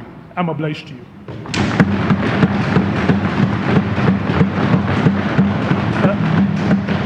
Mr. Speaker, I move that this bill be read a second time. Wait a second. Honourable Member St. Michael South. Thank you very much, Mr. Speaker. Sir, I rise to support the bill that is before the House. And as always, it is such a privilege and a pleasure to listen to my good friend, the MP for St. Peter, as he speaks on these most important bills, and perhaps I will say a bit more about that later. Mr. Speaker, sir, I had the privilege to teach social policy, political theory, various things at the university. When I was a student and then a lecturer, I found myself very much consumed with the idea of the state of nature, the different views put forward by Hobbes, by Locke, and Rousseau, which I know you know. At the time when I was a bit younger and a lot more radical than I am now, I found myself very much drawn to the idea that man is born free and everywhere else he is in chains. And that for that reason alone, we had a responsibility to be a little bit more radical in how we approach the world. But at the time, I also found some liking to the idea that Locke put forward, which is the idea that we own our labor. Of course, he was writing in a very different time, and at that time, the labor was in relation to nature and the things that you build, you own. And that perhaps it would not be fair to say that in the 21st century, we can own our labor in the exact same way, but I think the principle of it still exists. That it is unquestionable that you are entitled lawfully to what is agreed upon when you take up a job. And so, Mr. Speaker, sir, it's in that vein that I wish to enter into this particular conversation. The idea that fairness and dignity must be associated with a person's labor. Mr. Speaker, sir, I believe it then, I believed it very truly then, and I believe it now, that your labor is perhaps the highest thing you can offer, Mr. Speaker, sir, in a country like Barbados. Because for many of us, labor is all we have. We don't own the factors of production, many of us. Labor is what we are, essentially. And that when we move to protect that labor, we essentially move to protect the dignity of man and mankind, Mr. Speaker, sir. And so it is with that in mind that I approach this bill. When I first looked at it, or persons may think that this is a very technical bill, but I wish to offer the position, Mr. Speaker, sir, that this is a bill essentially about human dignity. And that the way it was framed by the Honourable Member for St. Peter emphasizes that it really is a bill about human dignity. At the core of this discussion, Mr. Speaker, sir, at the core of it is the question that must be asked and answered is what value do we place on work itself? And that is the fundamental question I believe that is before this House. What value do we place on work itself? What kind of society do we wish to live in? What kind of world do we wish to have for our children, Mr. Speaker, sir? That is the question that is ultimately before the House. And Mr. Speaker, sir, there was a time for those of us who follow labor laws and so on, sir. You know, I should say, when I got my first real job, my first job was stuffing pillows at 10 cents a pillow, which was like slave labor. But my first real job was at the VAT office. And within the first month of working there, I joined the union. And not that I intended to be a bad employee, because people feel when you're joining the union, you're doing so to get some kind of protection when you're bad. But I joined it because I believe in the role of the union. The Honourable Member for St. George North may not be happy with the union I joined, but I joined the union.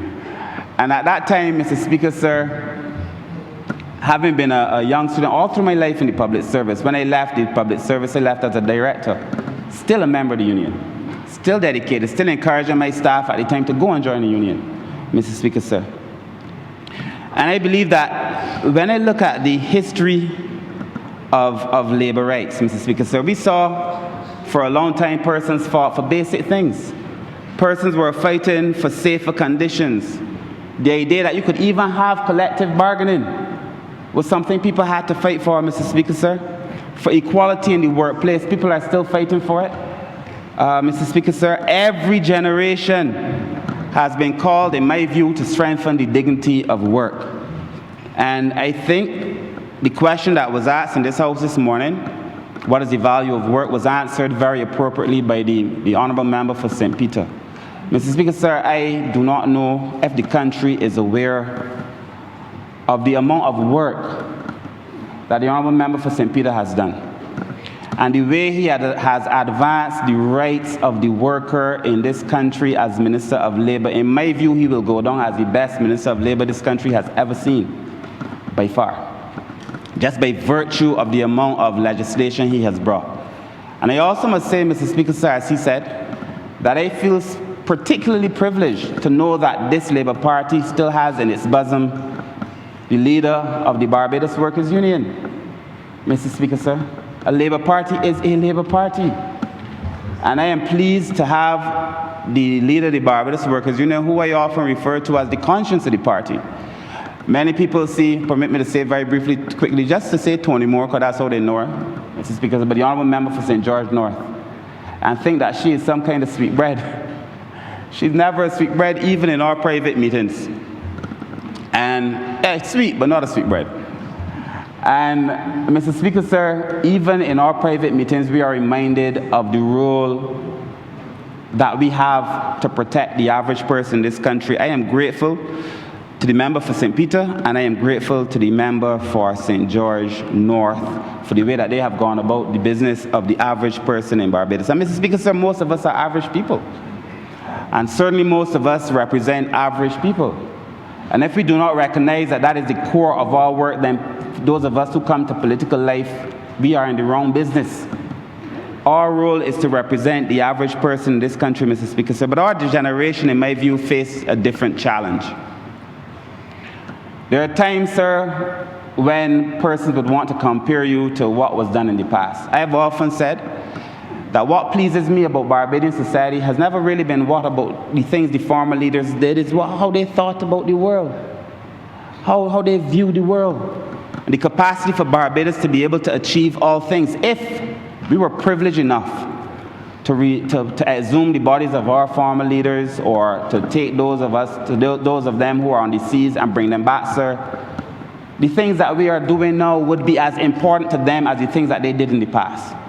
It's how we think about the world, Mr. Speaker, sir, that I find to be particularly amazing. And this generation, as the world changes before our eyes, technology is changing. It's not the same technology. Mr. Speaker, sir, I see artificial intelligence now doing things that would, for once upon a time, sir, seem impossible to be able to do. You watch a video, persons put you next to somebody far across the world and it looks just like you. You have to be able to convince somebody that it is not you. Some men are using it now to their advantage and claim it is not them. But Mr. Speaker, sir, artificial intelligence, sir, is allowing the world to do all kinds of strange things. We see now, Mr. Speaker, sir, I'm a member for St. Peter spoke to it. Payments are now digital. I was in Africa many years ago, and persons were paying for things on the street on their phone. I came back, sir, and M-Pesa. And I came back, sir, and I was talking to the men in the maritime sector about being able to pay for things on their phone, the jet ski operators and so on. They couldn't see it at the time. But we knew that this was happening long before in other places across the world, Mr. Speaker. So it's not that we have come here to abandon the principles that have served the workers well. We came, Mr. Speaker, sir, to recognize that this is a new era and that good legislation should allow us to preserve the dignity of the worker even in this era, Mr. Speaker, sir. And I believe that this is what this bill has done. You know, Mr. Speaker, sir, for those who are economists, like my good friend, the Minister of Finance, for those of us who are economists, for them, I studied economics, and yourself, sir, but I'm not an economist. But we often hear, Mr. Speaker, sir, in the ideas of land, labor, and capital. They tell you a lot about the value of these three things. And I appreciate it, sir, but labor is different. Land does not have a family. Land does not have to go to the supermarket at the end of the day, Mr. Speaker, sir. Buildings don't get up on mornings and dream for their children. Labor is different. And I believe in that context, Mr. Speaker, sir, labor cannot wait. Machines could wait. You could wait for parts and send for parts all over the world. But labor, Mr. Speaker, sir, is different. When you have to go to the supermarket to buy groceries because your children are hungry, Mr. Speaker, sir, you can't wait. When you have to go and pay your bills, I remember during COVID, Mr. Speaker, sir, I had a constituent who was still working, but her pay was delayed, and her internet got cut off. Now, during COVID, the internet represented a different thing because the internet was school for her child, Mr. Speaker, sir. And because she could not pay the internet bill because her salary was late, her child could not get an education. That is the reality of labor. And when I say that we have to be able to protect people's wages, I don't only mean the quantum, the quantity of it. I mean the time in which persons are paid, Mr. Speaker, sir.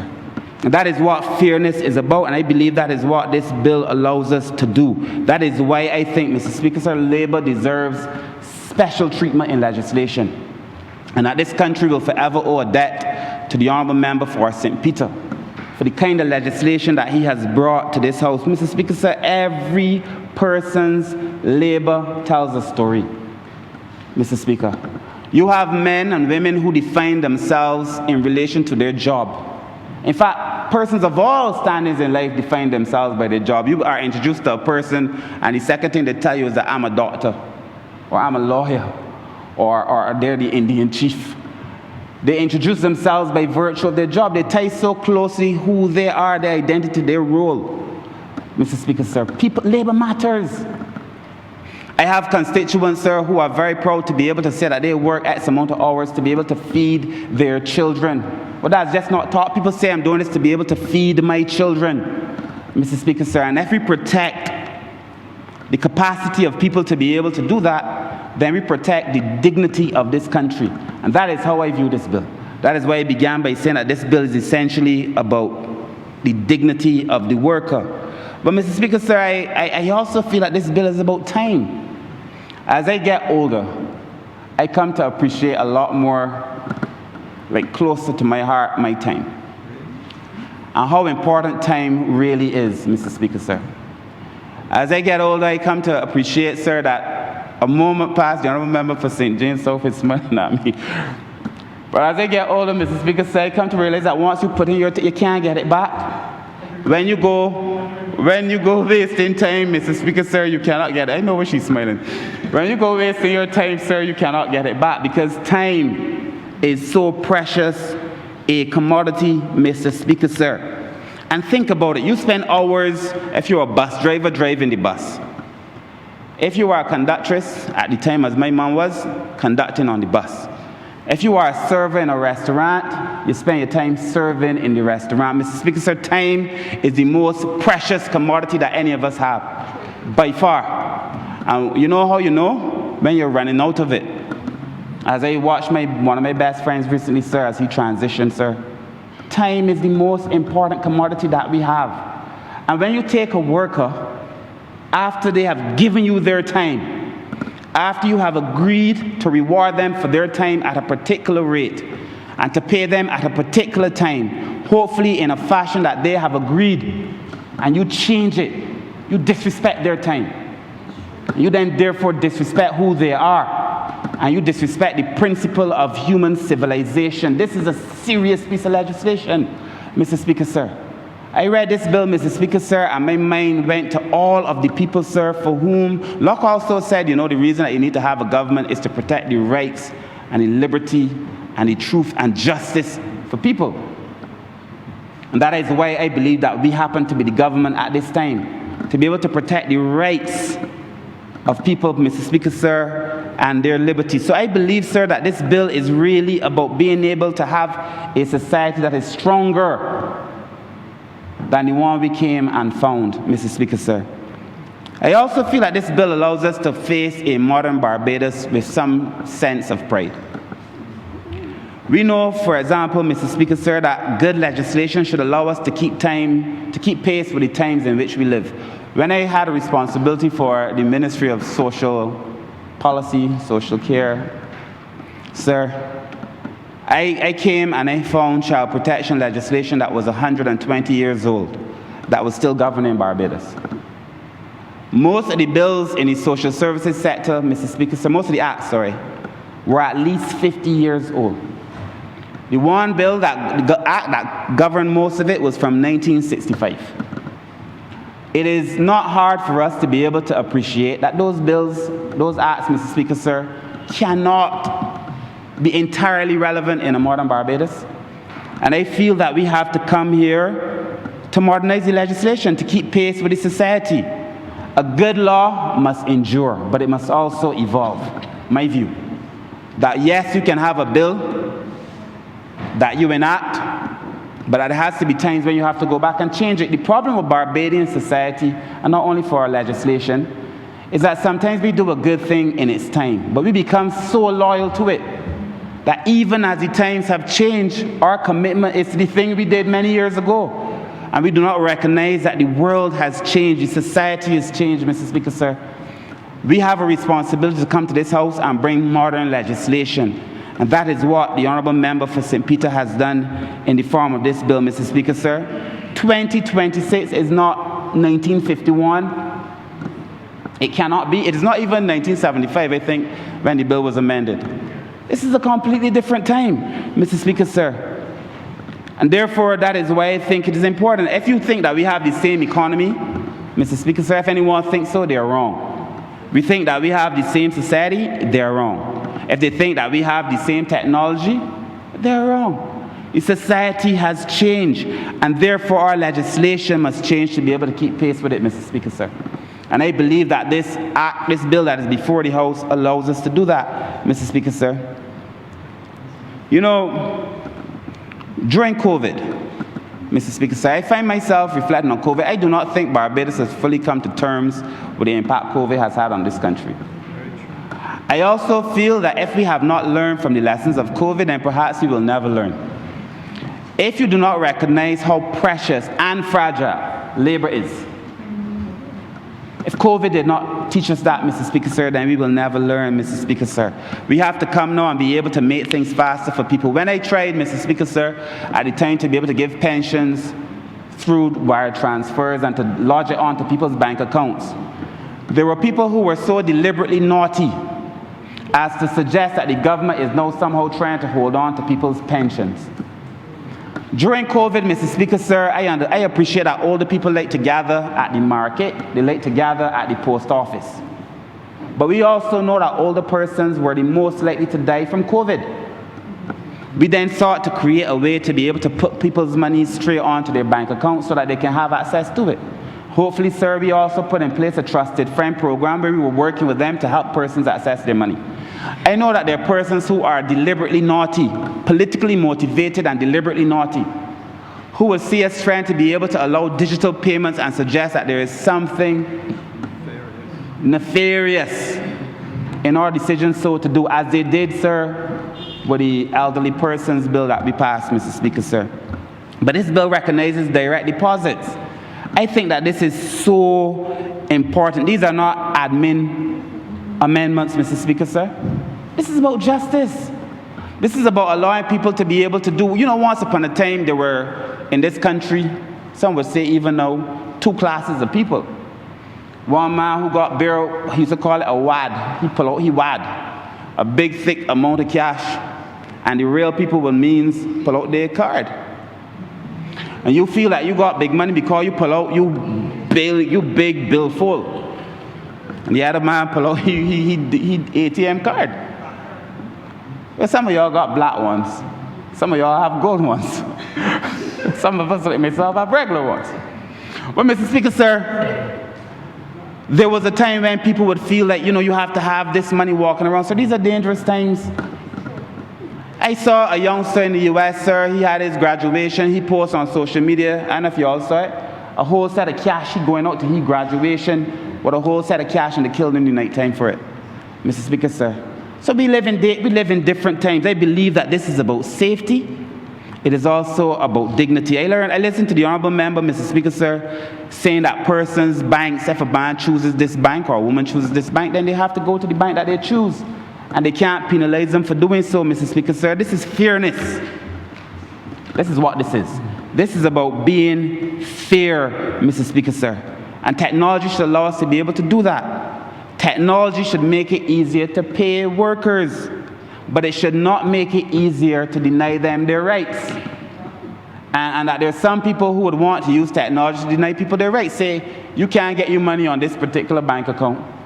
You got a bank with the bank that I send you to. Because people is children. You got to go to this bank. I send you to this bank like a child. And this is the only time you can get paid. If you want to get paid, you got to go to this bank. And Mr. Speaker said these are things that are happening in this country. So the bill has not been drawn out of space. It is built on the realities of day-to-day experiences of ordinary people in Barbados, Mr. Speaker, sir. I listened to every word the minister had to say, Mr. Speaker, sir. He dealt with that particular category very impressively, Mr. Speaker, sir. And that is why I do not believe that this is just admin arrangements. This is just not a philosophical exposition, that this is real life, Mr. Speaker, sir. I like that it empowers the worker, Mr. Speaker, sir. I, like you, sir, I'm a social scientist. At the core of human development, sir, if anyone studies human development, the core of human development is freedom. The capacity to be able to choose any definition of human development. Does the person have freedom to choose? If you live in a country, Mr. Speaker, sir, to what extent could you make a different choice? To what extent could I choose not to eat this today, but I can eat that tomorrow? To what extent can I choose not to take the bus because I know I could get another form of transportation? What is the freedoms that this bill allows, Mr. Speaker, sir? And I like that this bill allows the employee certain freedom because it recognizes that the wages, though paid by the employer, are owned by the employee. And because my wages are mine, I get to tell you how I want my money. And I get to tell you that I don't want my money in bare coins. I get to tell you under this bill now that you can't pay me any more than $10 in coins. And the fact that we have to come and legislate that, tells us something desperately sad about the country we live in when it comes to certain employers, Mr. Speaker, sir. I must tell you, and I must tell anybody who does business with my ministry, that I have no business dealing with people who try to unfair people in this country, period. I have no business dealing with anybody whose record when it comes to labor laws and labor rights and human rights, Mr. Speaker, sir, is such that it brings me sadness. I have to represent the poor people that I know, Mr. Speaker, sir, the household that I grew up in. I have to represent the people in Britton Hill and Bayland, Dalkeith, Darrells Road, sir. I'm sure you want me to be able, you're no longer for that area, sir, but I'm sure all of the persons out your area would want to hear that this Parliament, Mr. Speaker, sir, is standing up for them. This bill allows us to be able to stand up for them, Mr. Speaker, sir. Economic freedom is as much a freedom as any other human freedom. The freedom for me to tell you how I want to be paid, Mr. Speaker, sir. You do not get to make private financial choices with what is mine. You don't get to do it. Because if I argue, as I am arguing in the context of this debate, that I essentially own my labor, and that what I produce is essentially mine, not in the same way Locke envisioned it, but to suggest that the rewards of it are mine, then I get to tell you how I want my money. Big man, as the young people would say. You don't get to treat me like a child. And Mr. Speaker, sir, imagine you work a whole day, you work a whole week, and then at the end of the week, your employer telling you all kinds of things about your money. Because it is by now, it is yours. If you work for it, Mr. Speaker, sir, it is yours. I also like that the bill recognizes that Barbados is an international economy. The Honourable Member spoke to this, so I don't need to go over it. But if people want to be able to be paid in foreign currency, Mr. Speaker, sir, Barbados is an international economy. We have people who come here to work, Mr. Speaker, sir, who have made Barbados their home, who spend in our supermarkets, Mr. Speaker, sir, who do all kinds of things. And we say to them, Mr. Speaker, sir, you are welcome here. That is what Barbados is. We also have many Barbadians who work in other places. Bajans sometimes forget that. There's hardly a place that I have gone on this goodly, God's green earth and haven't met a Bajan.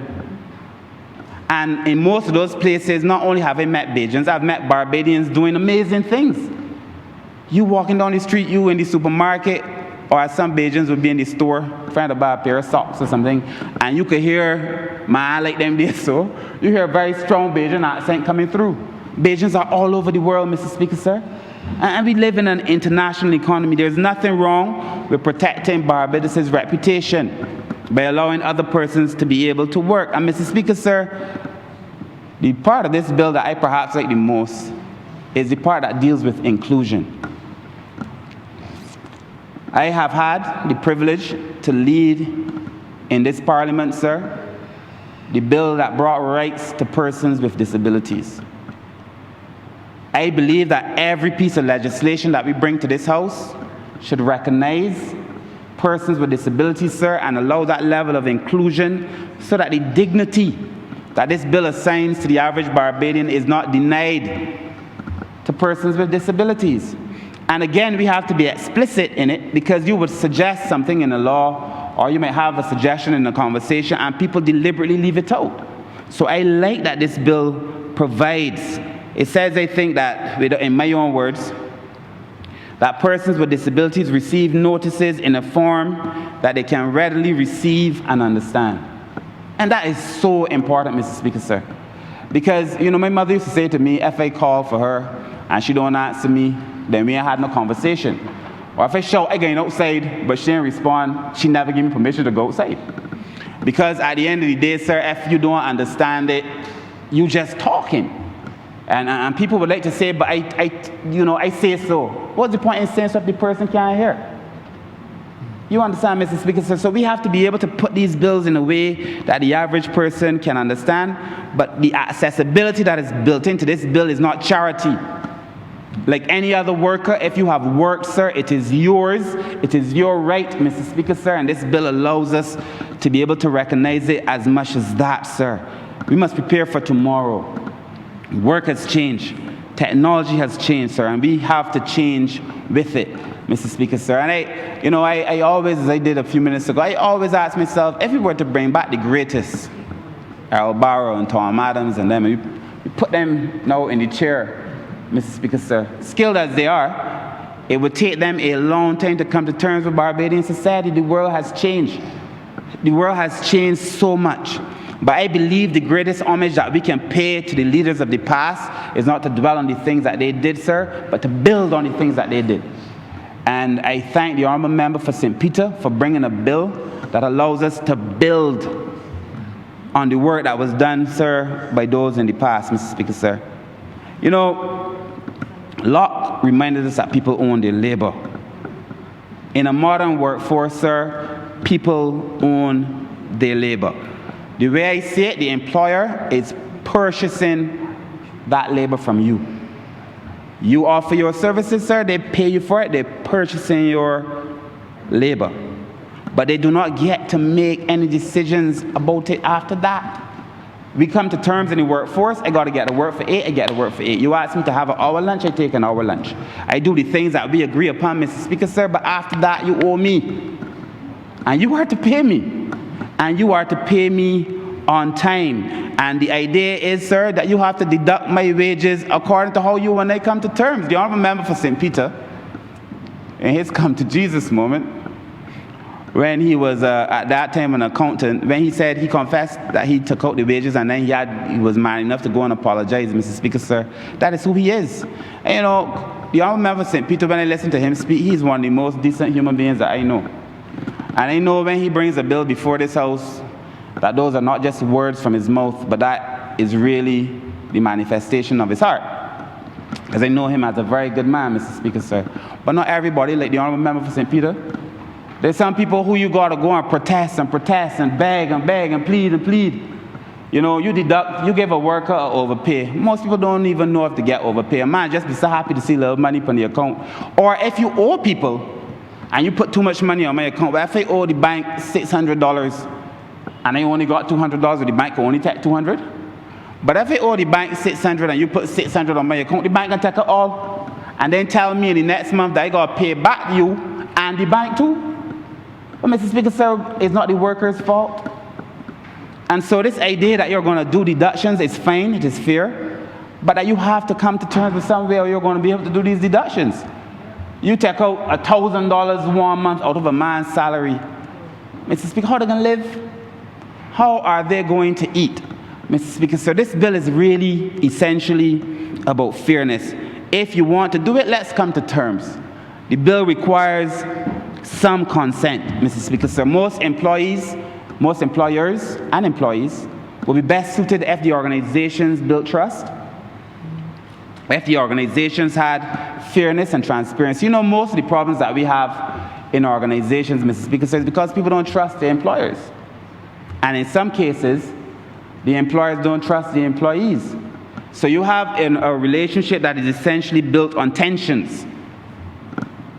And you have this very tense relationship, sir, that a person is only staying there because most people will tell you, I only go to work because I want the money. But there's some places where people go to work because they say, I love my job. I like working at this place. My employer is fair. My bosses treat me good, Mr. Speaker, sir. Those are the things that we need to be able to aspire to. Because then you would not only get productivity in your workplace, but you would get good industrial relations in your workplace, Mr. Speaker, sir. And I believe that that should be the point. Mr. Speaker, sir, I also read in this bill that there are provisions for the employer. The bill talks a lot about fairness in a way because good labor legislation is not anti-business legislation, Mr. Speaker, sir. The bill allows for fairness, Mr. Speaker, sir. It allows certainty. When I managed the maritime sector, Mr. Speaker, sir, the persons who were doing business with the port, who owns the large ships, they said for them the most important thing was certainty.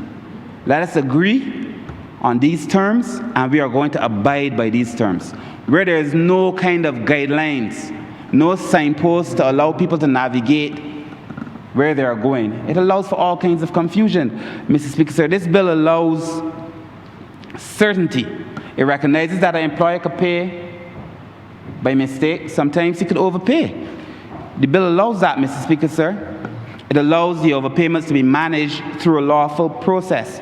And therefore, because of that, Mr. Speaker, sir, I say that the bill provides clarity. I also like that it provides protection for employees during insolvency, Mr. Speaker, sir. If it is, I don't know how many members of this House have had the indecent experience of having to go without a salary through no fault of yours. If a company has been badly managed or some other variable that forces the company to be in a position not to be able to pay you, what life is like after that, Mr. Speaker? Or if it is, Mr. Speaker, sir, as I came to experience in 93, 94, just before the government change, when everybody got sent home from the transport board and you had to live on savings. Mr. Speaker, sir, this may be shocking, but poor people ain't got no savings. People tell you things that are so indecent and inhumane. You should have saved 3 months' salary. How do you save 3 months' salary when you got 8 children to feed? Mr. Speaker, sir, you should have made plans for this. How can I make plans for your terminating me? How could I make plans for your badly run business that has gone insolvent or for some other reason? It becomes the burden of the employee, Mr. Speaker, sir. It should never be so. And I like that this bill protects the employee in those circumstances, sir. It is a very, very difficult thing. I saw a social worker come to my house and tell my mother, you can't want nothing because you got a nice TV. You got a whatnot. That is called the what's not thing. You know what I mean? Y'all remember for St. Michael Southeast knows well. A little whatnot with enough for them little things, ornaments. My mother used to treasure those things so much. When the social worker came, she started counting them. Look how much things you got in your house, Mr. Speaker, sir. And I don't know, but when you broke those things and you're fighting for your mother, you gotta go and get Evac milk at the time and put the two of them back together. Evac milk used to hold them. You gotta make sure that you don't break none of them things because people value the things that they had. But when you come now, you make a determination on whether I can or cannot access social services because I own ornaments, Mr. Speaker, sir, or because I should have had savings. What savings, Mr. Speaker, sir? I encourage people to save where they can, but I know that a good piece of modern legislation would allow us to protect persons in those particular circumstances, Mr. Speaker, sir. And the Honourable Member for St. Peter spoke to the government leading by example. That is what a good government does, Mr. Speaker, sir. I like the provisions that bind this government because we must be consistent in the things that we say we are doing and the things that we actually do, Mr. Speaker, sir. I was in taxes, and I know one of the things that offend people who work with VAT office or income tax is that the month when your tax is payable, the day after, you got to pay interest. But the government in the VAT legislation allows itself 6 months. In some cases, the government don't take no interest. You can't get no interest of the government at all. But I know in this particular bill, we bind the government. You have to abide by certain rules too. And people in this time want fairness. You know, when you go on social media, the first thing people say, one of politicians this and one of politicians that. Sir, this bill binds the government. And I think that is something that we should be able to speak of, Mr. Speaker, sir. I had already said, Mr. Speaker, sir, about productivity. I will not go over it, Mr. Speaker, sir. But I believe that we can be a lot more productive if we build proper working relationships, Mr. Speaker, sir. So ultimately, I see this bill, Mr. Speaker, as saying something about the country that we have built and something about the country that we hope to build. I see this bill, Mr. Speaker, sir, in much ways, sir, as like a moral compass, directing us, sir, along the path that we now must trod to be able to protect ordinary men, sir, and women, Mr. Speaker, sir. I see it embedded in the principle of justice and fairness. And as I began, Mr. Speaker, sir, in dignity. I see that, sir, both from a practical point of view and a philosophical point of view. But it's practical. There are practical things in this bill. I said the Honourable Member for St. Peter and his team. And I want to thank the persons who work with the Honourable Member who allowed us to be here. But they did not pull these things from the sky. These are practical solutions, sir. So I say to Barbadians, yes, economic development is about roads. And, you know, I keep hearing about roads. I can't go in the supermarket. I don't know how the Honourable Member for St. Michael South East did it. I can barely go to the supermarket unless I get a very long queue and request to repair roads. I see the Honourable Member for St. Thomas looking at me already because he's guilty, not allowing me to go anywhere unless he wants to talk about roads. But Mr. Speaker, sir, yes, it is about roads. It's about technology. And it is about our port. I used to be minister responsible for the port. But Mr. Speaker, sir, I used to say when I was canvassing that the most important P is not the P in GDP or PPP or any of those Ps. It is about people. And this legislation, sir, is people-centered. It allows us to build a nation, Mr. Speaker, sir, that is fair, that allows ordinary people to say that this government that they elected is working on their behalf, Mr. Speaker, sir. It allows us to say, in the words of law, Mr. Speaker, sir, this is about fairness and that this is about justice and that a government has to be able to protect the rights and dignity of people, Mr. Speaker, sir. This Parliament cannot assign a value to labor. That is true. We cannot assign a value to what it feels to be able to get up and go and even clean anybody's bathroom, Mr. Speaker, sir. Labor in itself carries its own value. It carries an intrinsic value, and that no employer should be allowed to depreciate that value regardless of what the labor is, Mr. Speaker, sir. So as I wrap up, I see you nodding and pointing to the time. Oh, you did? Hey, of course I did. Mr. Speaker, sir, I would never ignore you. Very observant. I know you would never allow me to ignore you. You're observant. Mr. Speaker, sir, what Parliament can do, however, is protect Labour. And I want to thank the Honourable Member for St. Peter for this legislation that is before this House. I want to thank the member for St. George North for labouring in the vineyards to be able to allow us to get to this position too. Mr. Speaker, sir, I want to thank the team that has worked on this bill. Mr. Speaker, sir, fairness, justice, dignity. That is what is embedded in this bill, sir, and I wholeheartedly support the Protection of Wages Bill 2026. With those few words, sir, I'm honored. Thank you. Honourable Member St. George North. Thank you, Mr. Speaker.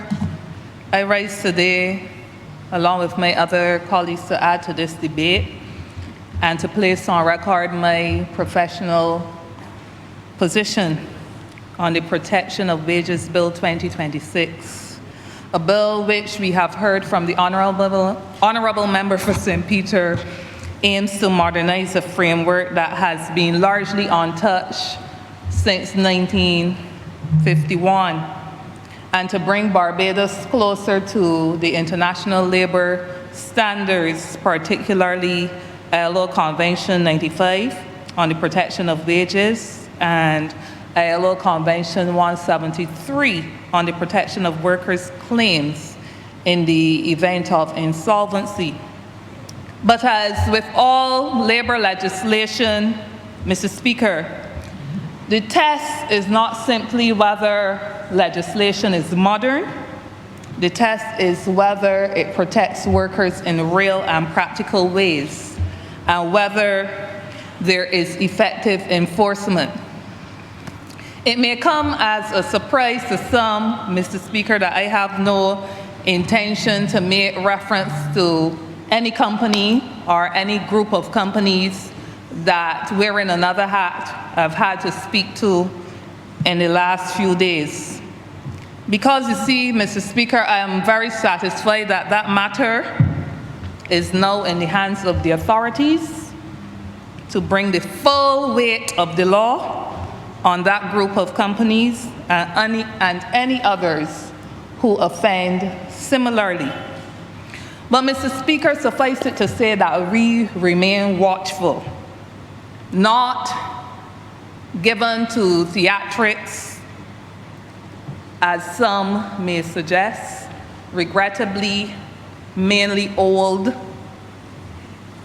tired men whose worn-out reflexes and cultures of impunity have targeted this first female leader of the Barbados Workers' Union over time at every turn for everything that it was okay for men who previously occupied the position to do. But Mr. Speaker, we remain watchful. We remain watchful to ensure that the pressure that has been brought to bear, that it unlocks compliance and it creates avenues to correct power imbalances when private engagements and where private engagements have failed. Of course, there are some fly-by-night organizations as well that won't get that.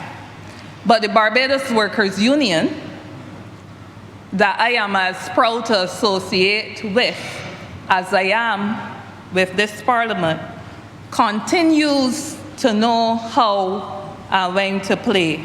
And we continue to know and be able to make the best of the distinction as we march towards 85. A debate of this bill, Mr. Speaker, must reveal that its fundamental purpose is intrinsically linked to ensuring that the worker has a decent standard of living. Implicitly, this bill therefore relies in the first place on the concept that wages must be adequate in the first place laying a foundation for a decent standard of living. If you talk about the protection of wages, and wages aren't good in the first place, it almost begs the question, what are you protecting?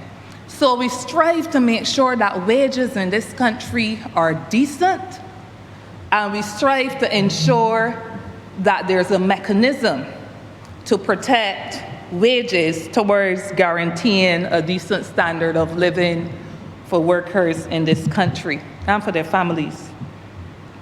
I wish, Mr. Speaker, to acknowledge that a number of amendments reflected in the bill that we have before us are amendments that were proposed and supported by the organization I lead.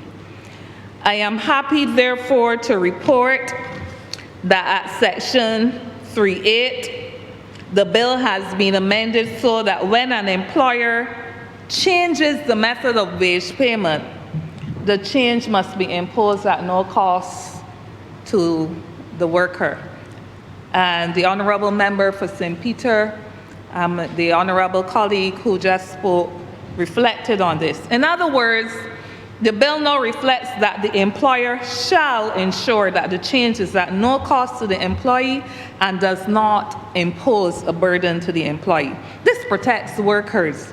This protects workers from being forced into banking arrangements that we have seen over time that cost them, as the honourable members have said, cost them their wages, cost them their time, and so on. I also reflect on Section B, a recommendation that was made for the tightening of the language to ensure that wages are paid on time on a normal working day and no later than the established payday. And why is that important, Mr. Speaker? Because we have had employers that would force the payment of wages into the weekend when banks are closed. And a worker who has given up their labor for an entire week has to wait through Saturday, Sunday, not being able to put the food on the table, and has to wait until Monday and has to turn around and beg for time to go and get money because the banking system, the banks close during regular working hours. So this closes loopholes that previously allowed employers to push those payments into weekends or even public holidays, where it becomes even more egregious, effectively delaying a worker's access to wages after she has given up their labor. Mr. Speaker, these accepted amendments strengthen the bill and reflect, in my view, this government's commitment to practical protections.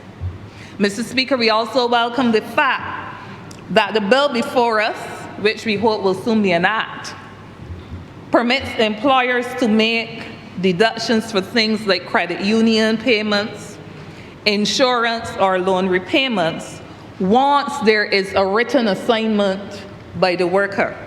Increasingly, we have been finding that employers have been complaining about the administrative burden associated with making these deductions and have been refusing, though, to grant workers the request that is often made for these deductions. And I want to suggest that where this is done, it creates hardship. It creates hardship for those workers who cannot access mortgages unless their employer agrees that they will make the deduction.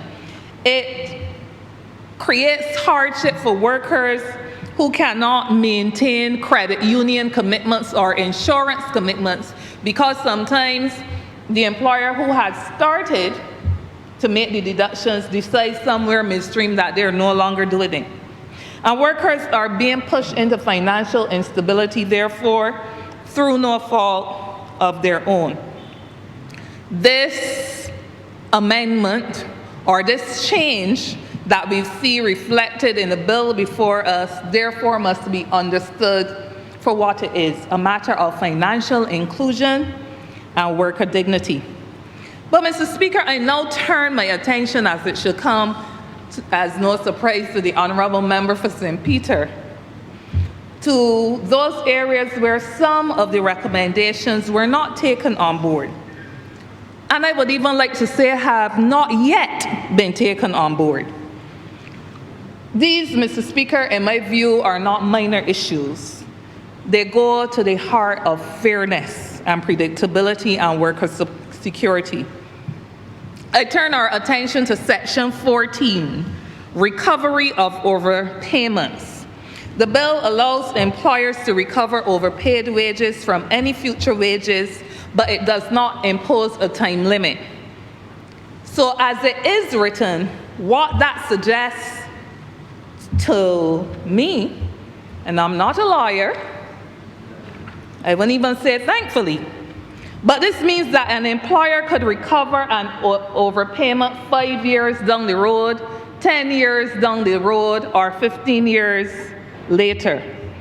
As one who functions as a worker representative and who also functions as an agent of the employer, I find this to be unreasonable because workers plan their lives around wages and they should not be expected to absorb a deduction that happened years and years and years before, especially when an employer's own payroll system may have caused the error. As the Honourable Member for St. Peter pointed to us in his very jarring illustration of workers who opposed him after his action that was done without communication. And very often, we take workers for granted. We take people for granted. We take human nature for granted. And we don't understand that sometimes all people need is a little conversation. He learned that. And many more need to. But I was speaking about payroll errors. Mr. Speaker, as I speak about these, I think about those who were formerly employed by Berger Paints, who have not yet received their final payments for this reason. Because when their calculations were brought to their representative, their labor representative, immediately we saw some inconsistencies that suggested that the calculations could not be accurate. And indeed, for over 4 weeks now, since the final agreement was reached as to how payments should be made, these workers are still waiting for their final settlement because the NISSS and the Labor Department had to be engaged very meticulously in going over systems that unravel payroll errors to the extent that in trying to ensure workers their due, these workers have not yet been settled. And while it's a good thing on the one hand to make sure that they get the correct payments made, it begs the question, how many workers have been underpaid on account of these payroll systems while the company was fully functioning in Barbados? Mr. Speaker, I therefore suggest that a fairer approach would be to have a clear statutory time frame for the recovery of funds. The suggestion could be 12 months. It could be 6 months. But a time frame nonetheless, because in leaving it open-ended, it means that an employer can come back at any point in time and impose deductions for overpayments. This was not accepted, but Mr. Speaker, I sincerely am of the view that it needs to be revisited. Without a time limit, the clause creates uncertainty and exposes workers to financial shocks, sometimes long after a relationship has changed as well, an employment relationship. I turn our attention to Section 18, payment upon termination. This is another area where I have some concern. The bill requires wages to be paid by the next pay period after termination. But Mr. Speaker, it is still my view that this is not sufficient, especially in cases of summary dismissal or immediate termination. Because in those cases, I believe that payment should be made when the NIS termination certificate is issued, unless otherwise agreed between the employer and the employee. At that point, I believe that it is important, if a relationship is ended, to be clean in these matters and not to have payments pending.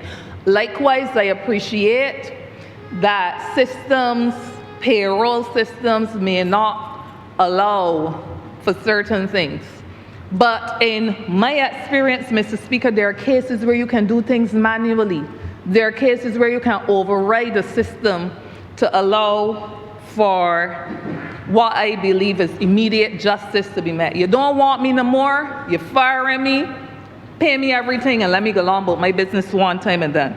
Workers should not have to wait. So this recommendation is another one that was not accepted, and it is my view that it remains essential for correction. Section 29 on agreements of cooperation was carried over from the old Act.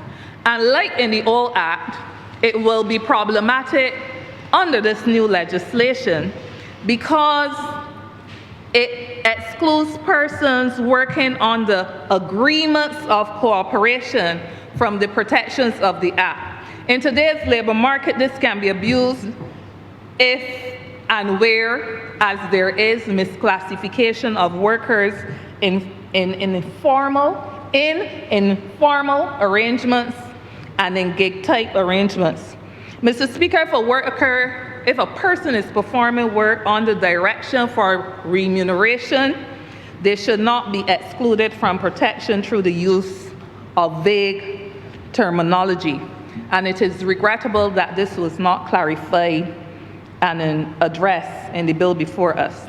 Mr. Speaker, I also remain concerned that while we have sought to make some amendments to the Employment Rights Act, for instance, to broaden who may bring a complaint to include the Chief Labor Officer, and I did say we welcome it and see it as positive, I remain concerned, and I must say it, Honourable Member for St. Peter, that we seem to have a little piece-by-piece approach to fixing the Employment Rights Act. When there are so many amendments proposed before us for adjustment to what is perhaps the most fundamental piece of labor protective legislation that provides the basis for all other pieces of labor legislation. For instance, the Employment Rights Act allows the tribunal to set its own rules, and we may well recall how this became problematic because there was one case in which the chairman adopted Supreme Court rules, making a process that was supposed to offer workers a more seamless avenue towards justice more litigious. But to this day, we do not have clear, consistent tribunal rules, and this continues to lead to inconsistent expectations. It continues to lead to inconsistent procedures, and it continues to lead to different requirements depending on which panel you come before. This must be addressed. Workers deserve predictability. Another issue relates to basic award. We have been saying that this must be expanded to include loss of wages, pecuniary damages, exemplary damages, and costs. These, sir, as you well know, are available in the High Court. Workers should not have to access remedies only if they go to the court, but because they take the route of the tribunal, they can access these, especially in cases where it is clear and where it has been established that their rights have been undermined. Then, sir, there's still the confusion with wrongful dismissal against unfair dismissal.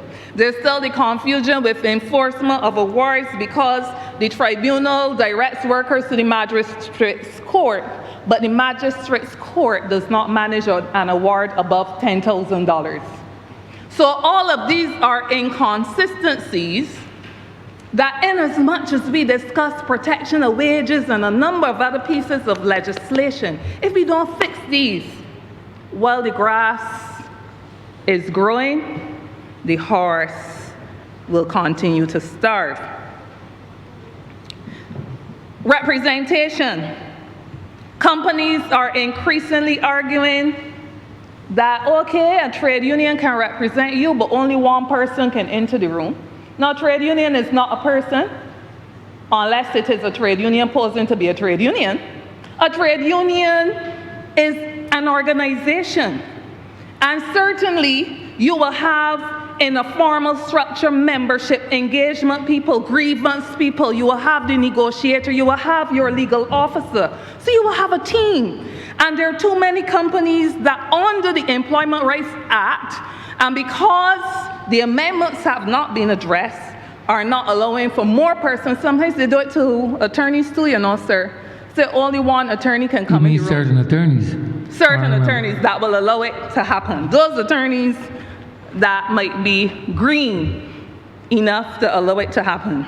So I'm just saying, Mr. Speaker, sir, that the Act must be amended to clarify these things if we are to breathe life into the other protections that we are seeking to establish.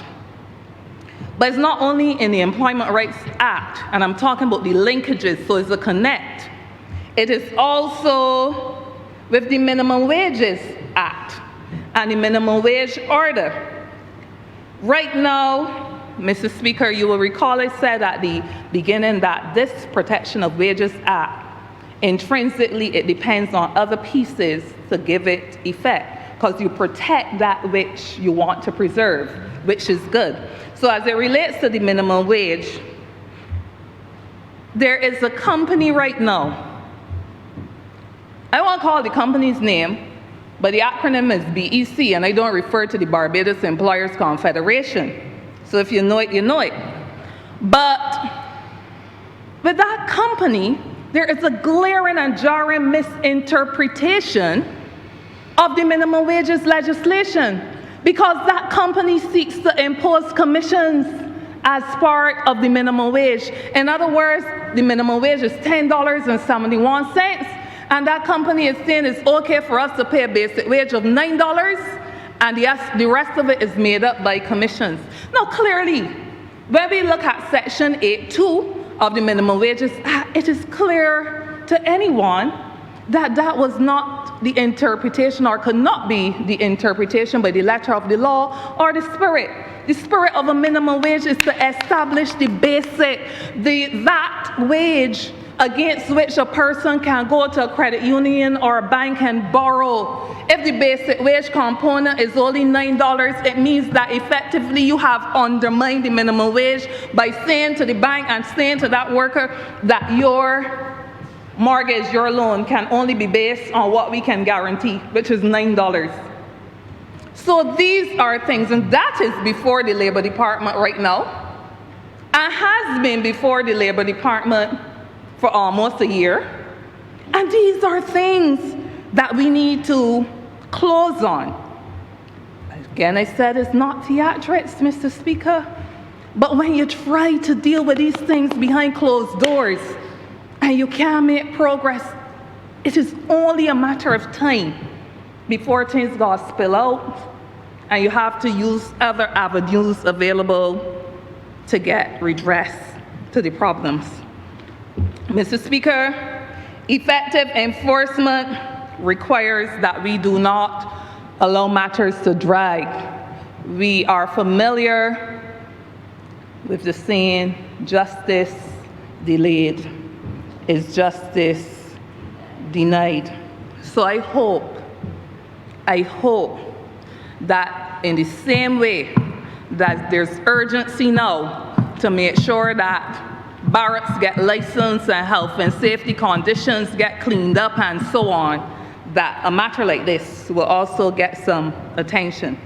Mr. Speaker, moving on though, as it relates to digital currency and access, I appreciate the modernization of the bill, including such things as digital currency.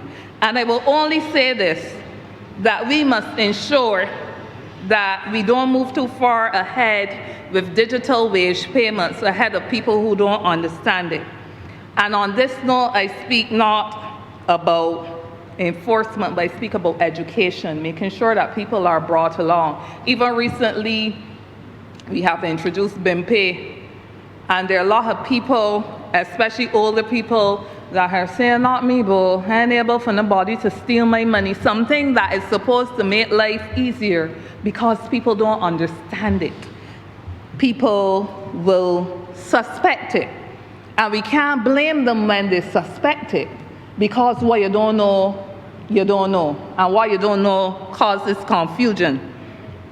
So we must ensure that the Labor Department is adequately staffed and adequately resourced, and I make the distinction between staffing and resourcing, because headcount is not the same thing as resourcing. Because if you have enough people and they're not able to deliver, no indictment on who is here, of course, but making the point, we must have the adequate resources to ensure that there's the education that's needed for these laws to make sense to the public, whether you're an employer or employee, and that there is enforcement of the pieces of legislation. I'm not going to say anything about any of the recent recruits. I wish them well, but some of them I happen to know, and I will leave that discussion for another time and another place. Mr. Speaker, so I close on a note of education and awareness. Workers must be educated on their rights under this new act. Employers must be educated on their obligations under this new act. Without education, it is my belief, but more so my experience, that rights remain theoretical and enforcement becomes a chase rather than a reality. So in closing, Mr. Speaker, my presentation suggests that the Protection of Wages Bill, though a significant step forward, is not perfect, and it is therefore not complete. We must continue to refine it. We must continue to do so urgently. We must make urgent and active steps to update the Employment Rights Act, which, as I said, is the act that will ensure workers have access to all these other protections that we are establishing in a manner that is fair, in a manner that is timely, and in a manner that is enforceable. Mr. Speaker, I therefore commit, as long as the Almighty lends me breath, whether here or whether as the General Secretary of the Barbados Workers Union, to add in my voice to strengthen this and other pieces of labor legislation wherever the occasion arises. And for those who know me, and for those who don't yet understand me, I will do so relentlessly until it is heard, because I have committed in this service, because I believe that working people and their families deserve no less. So our advocacy in an organization that is twinned to the party in government, as the Honourable Member for St. Peter represented so clearly for us, our advocacy in the 85 years of existence almost will not go away. And I imagine, therefore, that we will be back here in very short order on this particular piece of legislation, the protection of wages legislation, and definitely it will not take another 50 years. I don't even think it will take another 50 months. I'm hopeful, and I will do my best to ensure it doesn't take another 50 weeks before we see amendments to this legislation.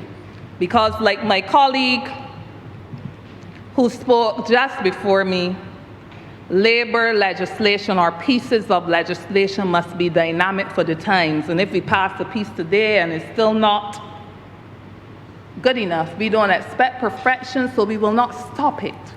But what we expect is that we will continue to work at it, to improve on it, to make sure it delivers in very practical ways to the people on whose behalf all of us in here commit to serve. Mr. Speaker, I'm obliged.